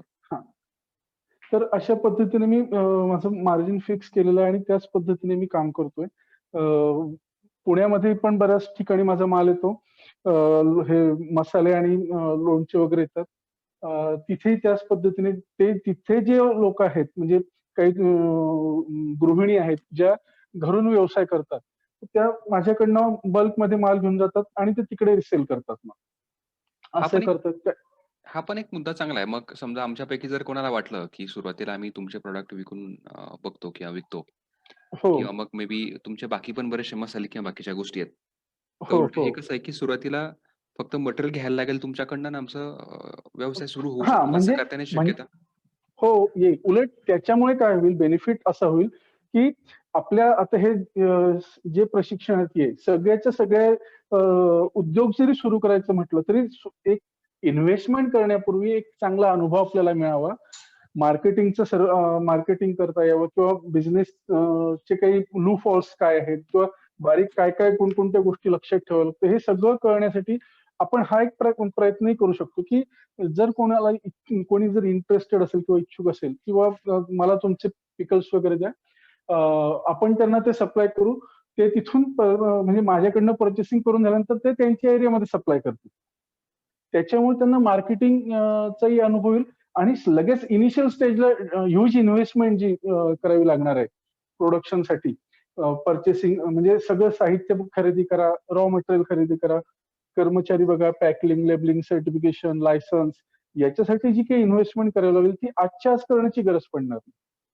असं पण एक प्रयत्न करता येऊ शकतो, जे ऑलरेडी इकडे बरेच लोक करतात अशाच पद्धतीने, जे माझ्याकडनं बल्कमध्ये माल उचलतात आणि ते सेल करतात, त्यांना कमिशन मिळतं त्याच्यामध्ये. म्हणजे ही पण संधी आपल्याकडे आहे की वेगवेगळे मसाले आणि ह्या सगळ्या गोष्टी आपल्याला सरांच्या विक्री करून सुरुवात करता येईल आणि हे आपल्याला मला वाटतं की इझी आहे. फार काही इन्व्हेस्टमेंट मोठी लागणार नाही. अगदी घरातून सुद्धा तुम्ही हे सगळं चालू करू शकता. तर मार्केटिंग विषयी तुमचे काही प्रश्न असतील तर विचारा. Hello sir. हां, रत्ना मॅडम. सर मला अजून एक प्रश्न विचारायचा होता सरांना, की सर आपण जेव्हा दुकानदाराकडे एखाद्या जातो समजा सपोजली, तर तेव्हा आपण त्याला डायरेक्टली बोलताना त्याला म्हणजे आपण मार्जिन विषयी बोलायचं का, म्हणजे त्यांना समजा आपण माझे 6 समजा 100 ग्रामचे मी 6 पॉकेट त्याच्याकडे ठेवले सपोजली, तर त्याच्याशी बोलताना कसं बोलायचं की मी हे तुझे माझे 6 पॉकेट म्हणजे विकल्यानंतर तू मला पैसे दे, ठीक आहे, तुला ठीक एवढं आहे. कमिशन देईल, आलं का तू मला लक्षात. अगोदर पैसे देतो, या संदर्भात कसं बोलायचं? ठीक आहे, एक प्रयत्न करूया आपण चांगला. आता असं समजा की दोघे सचिन आहेत. सचिन सर जे आहेत तर ते त्यांचं एक दुकान आहे स्वतःच आणि चांगल्या छान लोकेशनवर बऱ्यापैकी रश असते, कस्टमर बऱ्यापैकी आहे त्यांच्याकडे आणि मला माझं प्रोडक्ट त्यांना त्यांच्या दुकानात ठेवायचं अशी माझी इच्छा आहे. हो सर. ठीक आहे. आता आमच्या दोघांमधलं काय कम्युनिकेशन होतं किंवा काय डायलॉग होतं ते तुम्ही ऐका, म्हणजे तुम्हाला बऱ्यापैकी सगळ्यांना क्लिअरिटी येऊन जाईल. Okay sir. ठीक आहे. हा सर नमस्कार. नमस्कार. मी संकल्प एंटरप्राइजेस कडून आलेलो आहे आणि बेसिकली मसाले आणि पिकल्स हे आम्ही उत्पादित करत असतो. तर तुमचं दुकान जे आहे ते दुकान बऱ्यापैकी चांगलं चालतं, फेमस आहे आणि तुमचा चांगल्या स्वभावामुळे ग्राहक तुमच्याकडे बऱ्यापैकी आकृष्ट होतात. वेगवेगळ्या स्कीम तुम्ही ठेवतात मार्केटमध्ये, इतर दुकानांमध्ये जे काही किमती आहेत त्याच्यापेक्षा डिस्काउंट रेटमध्ये तुमच्याकडे सर्व वस्तू मिळत असतात असं. आणि बऱ्याचदा मी पण तुमच्या इथून माल खरेदी केलेला आहे, तर त्यामुळे मलाही असं वाटतं की माझे प्रोडक्ट या दुकानात आले पाहिजे. तर आता हे पिकल्स आणि काही मसाल्यांचे मी सॅम्पल आणलेले आहेत, ते मला वाटतं अगोदर तुम्ही ट्राय करा आणि तुम्हाला जर आवडले तर मग आपण नंतर बोलूया की आपण हे कसं करायचं किंवा कशा पद्धतीने ठेवता येईल. बरं. आता सॅम्पल मध्ये मग काही छोटे पॅकेट मिळतील का, जे मी मे बी माझ्या जवळच्या ग्राहकांना पण देऊ शकतो फीडबॅकसाठी, जे मोठे ग्राहक हो आहेत? मी तर हो करतोच. हो हो हो हो नक्की सर. म्हणजे त्या प्रकारची आपण व्यवस्था केलेली आहे. माझं प्रोडक्ट ऑलरेडी जुनं आहे, म्हणजे प्रोडक्ट नवीन नाहीये, परंतु आपला हा जो एरिया आहे ह्या एरियात मी पहिल्यांदाच येतोय आणि इथे मला माझं प्रोडक्ट लॉन्च करायचं, तर त्या दृष्टीने इथल्या लोकांसाठी हे प्रोडक्ट नवीनच असणार आहे. आणि मला माझ्या प्रोडक्टची खात्री आहे की याच्यामध्ये ज्यावेळेला आपण एखाद्या कस्टमरला तुम्ही फ्री सॅम्पल द्याल तर त्याला ते नक्की आवडेल. त्याच्यासाठी त्या पद्धतीने व्यवस्था मी करून ठेवलेली आहे. हे 50-50 ग्रॅमचे 20 पाऊच प्रत्येक लोणच्याची मी तुमच्याकडे देतो. काही तुम्ही स्वतः टेस्ट करा, काही तुमचे काही जवळचे विश्वासातले जे ग्राहक असतील तुम्ही त्यांना द्या, त्यांच्याकडनं फीडबॅक घ्या आणि मग आपण ठरवूया कसं करायचं तर. अरे वाह! छान, छान. आणि मार्जिनचं कसं असणार ते पण एकदा फक्त सांगाल? सर मार्जिन दुकानदार म्हणजे आपल्याला याच्यावर MRP वर 20% मार्जिन आहे. बरं. ओके. आणि तुम्ही 50 किलोच्या वर जर ऑर्डर दिली तर प्लस 5% ऍडिशनल मार्जिन तुम्हाला मिळेल. बरं. आणि साधारणतः क्रेडिट किती दिवसाचं असेल? कारण आम्ही तुम्हाला काय लगेच असे तुम्ही माल दिला आणि लगेच पैसे दिले असं होणार नाही. कारण तुमचं नवीन आहे, आम्हाला ते विक्री करायला लागेल आणि कसं होतंय बघायला लागेल. तर मग बरोबर. किती दिवसांना पेमेंट द्यायचं किंवा माल संपल्यावर दिलं चालेल का? सर जनरली आम्ही क्रेडिटची सिस्टीम आमच्याकडे नाहीये, परंतु तरी सुद्धा मी माझे जे मॅनेजर आहेत त्यांच्याशी बोलून एकदा ठरवतो, पण मला वाटतं की 8 दिवसाचं क्रेडिट ते देऊ शकतील तुम्हाला. अच्छा 8 दिवस. बरोबर. हो. बरं. आणि समजा नाहीच संपला आणि एक्सपायर व्हायला आला तर मग कसं काय तुम्ही घेणार ना परत? एक्सपायर हो रिप्लेसमेंट आपण करतो सर. रिप्लेसमेंट आहे. ठीक आहे. हो. हरकत नाही. चालेल तुम्ही आता मग सॅम्पल द्या. मी टेस्ट करून सांगतो. परत तुम्ही मला 2 दिवसांनी करा कॉल आणि मग मी सांगतो किती मला तुम्ही द्या. आपण बघूया कसं चालतंय. चालेल सर, हरकत नाही. आता बऱ्यापैकी तुम्हाला सगळ्यांना कळलं असेल की एक दुकानदार आणि एक सेल्समन ज्या वेळेला एकत्र येतात त्यावेळेला कोणत्या पद्धतीने स्पीच होतं किंवा कोणत्या पद्धतीने ते झालं पाहिजे. याच्यामध्ये सर मला अजून एक विचारायचं समजा सर रिप्लेसमेंट आपण किती द्यायचा साधारण काय म्हणजे अगोदर त्याला प्रोव्हिजनल पिरियड किती सांगायचा समजा एक्सपायरी अ, होण्याच्या अगोदर तुम्हाला एवढे दिवसात मटेरियल रिप्लेस करा असं सांगण्यासाठी आपल्याला पिरियड किती द्यायचा? नाही बघा आता फूड सेफ्टी ऍक्ट जो आहे अन्न सुरक्षा कायदा त्याच्यामध्ये प्रत्येक गोष्टी ज्या फूड कन्झ्युमेबल आयटम जे आहेत त्याच्यावर प्रत्येकावर ते प्रोडक्ट किती दिवसाच्या आत वापरलं पाहिजे best before 6 month from manufacturer. तर अशा पद्धतीने हे लिहिणं कंपल्सरी असतं. ठीक आहे. आता एखादं प्रोडक्ट आता एखाद्या दुकानदाराकडे आपण ठेवलं एखादं प्रोडक्ट ज्या वेळेला आपण दुकानदाराकडे दिलेलं असतं तर त्यावेळेला ही त्या दुकानदाराची जबाबदारी असते की एखादं प्रोडक्ट म्हणजे त्याने ते बघितलं पाहिजे, नेहमी बघत राहिलं पाहिजे की कोणतं प्रोडक्ट एक्सपायर होण्याच्या मार्गावर आहे, कोणतं एक्सपायर झालेलं आहे, तो माल त्याने काढून बाजूला ठेवायचा आणि त्या मालाचा जो कोणी सेल्स मॅनेजर असेल, सेल्स पर्सन असेल त्याला कॉन्टॅक्ट करून बाबा रे तुझ्याकडनं मी 6 महिन्यापूर्वी हे 500 पॅकेट घेतले होते त्यापैकी 300 गेले आणि 200 एक्सपायर झाले तर 200ची मला रिप्लेसमेंट करून. हो पण तो म्हणजे आपल्याला समजा आपण जेव्हा ते घेतो तेव्हा त्याला अगोदर आपण कसं लिहावं म्हणजे त्यांना द्यावं सांगावं लागत असेल किंवा लेखी द्यावं लागत असेल ना की हे एवढ्या दिवसाच्या आत तुम्ही आम्हाला कळवलं तर तुमचं एक्सपायरी होईल म्हणजे एक्सपायरी गृहीत धरल्या जाईल किंवा नाही. नाही एक्सपायरी गृहीत धरली जाईल असं नाही. त्या नाही ते प्रॉडक्ट रिप्लेस घेतला जाईल. हो ना. मग हे बघा मॅडम प्रत्येक जो दुकानदार असतो तो दुकान म्हणजे व्यवसाय कशासाठी करतो त्याला त्याच्यातून अर्निंग करायचं असतं. आता सपोज मी तुमच्याकडनं प्रोडक्ट घेतलं आणि जर ते एक्सपायर झालं आणि मी ते माझ्याकडेच डम करून ठेवलं तर मला माझा पैसा जो अडकलेला त्यामधला तो निघणार आहे का? नाही. म्हणून मी काय करतो दुकानदार म्हणून मी लवकर सांगतो तुम्हाला लगेच किंवा 2 दिवस अगोदर काही ठिकाणी बरेच दुकानदार 8 दिवस अगोदर कळतो तुम्ही 8 दिन के बाद आपका ये माल इतना मेरे पास अभी पड़ा है एक्सपायर होने वाला है उतना आपको रिप्लेस कर देना. अशा पद्धतीने ही सिस्टीम चालते. आणि परत एक दुकानदाराकडे म्हणजे जे सेल्स मॅनेजर असतात, सेल्स पर्सन असतात त्यांचे व्हॉट्सअप नंबर, फेसबुक किंवा कॉन्टॅक्ट नंबर हे प्रत्येकाकडे असतात. दुकानदारांची सेल्समॅनकडे आणि सेल्समॅनच्या दुकानदारांकडे. ते एकमेकांना कम्युनिकेट करतात. काही नवीन ऑर्डर आहे का दुकानदाराची हे पाहण्यासाठी ते ज्या वेळेला करतात त्यावेळेला ते सांगतात हे घेऊन या आणि तुमचा हा माल एक्सपायर होणार आहे ते तेवढे पॅकेट ऍडिशनल आणून द्याल मला. आलं लक्षात मॅडम? हो माझ्या लक्षात आलं सर. पण माझा एक अनुभव सांगते सर की हे एका मॉलमध्ये मी स्वतः अकाउंटिंग परचेस डिपार्टमेंटला कामाला होते तेव्हा काय झालं होतं सर मी अक्षरी न लिहिता फक्त अंकी लिहिलं होतं की 13 दिवस म्हणजे 30 दिवस म्हणून एक्सपायरी काढायची ठरलेली होती आमची. पण त्या माणसानं म्हणजे मी अक्षरी न लिहिल्यामुळे त्यानं काय केलं माहिती का तिथं म्हणजे त्याचं जे करायचं त्यानं 3च दिवस केलं पुढचा 0 त्याने हेच केलं. त्याच्यामुळे त्यानं काय केलं 30 दिवस धरला माझा आणि त्यानं मला 3 दिवस गृहीत धरले आणि त्यामुळे त्यानं माल एक्सपायरी. मॅडम आवाज नाही येत आहे.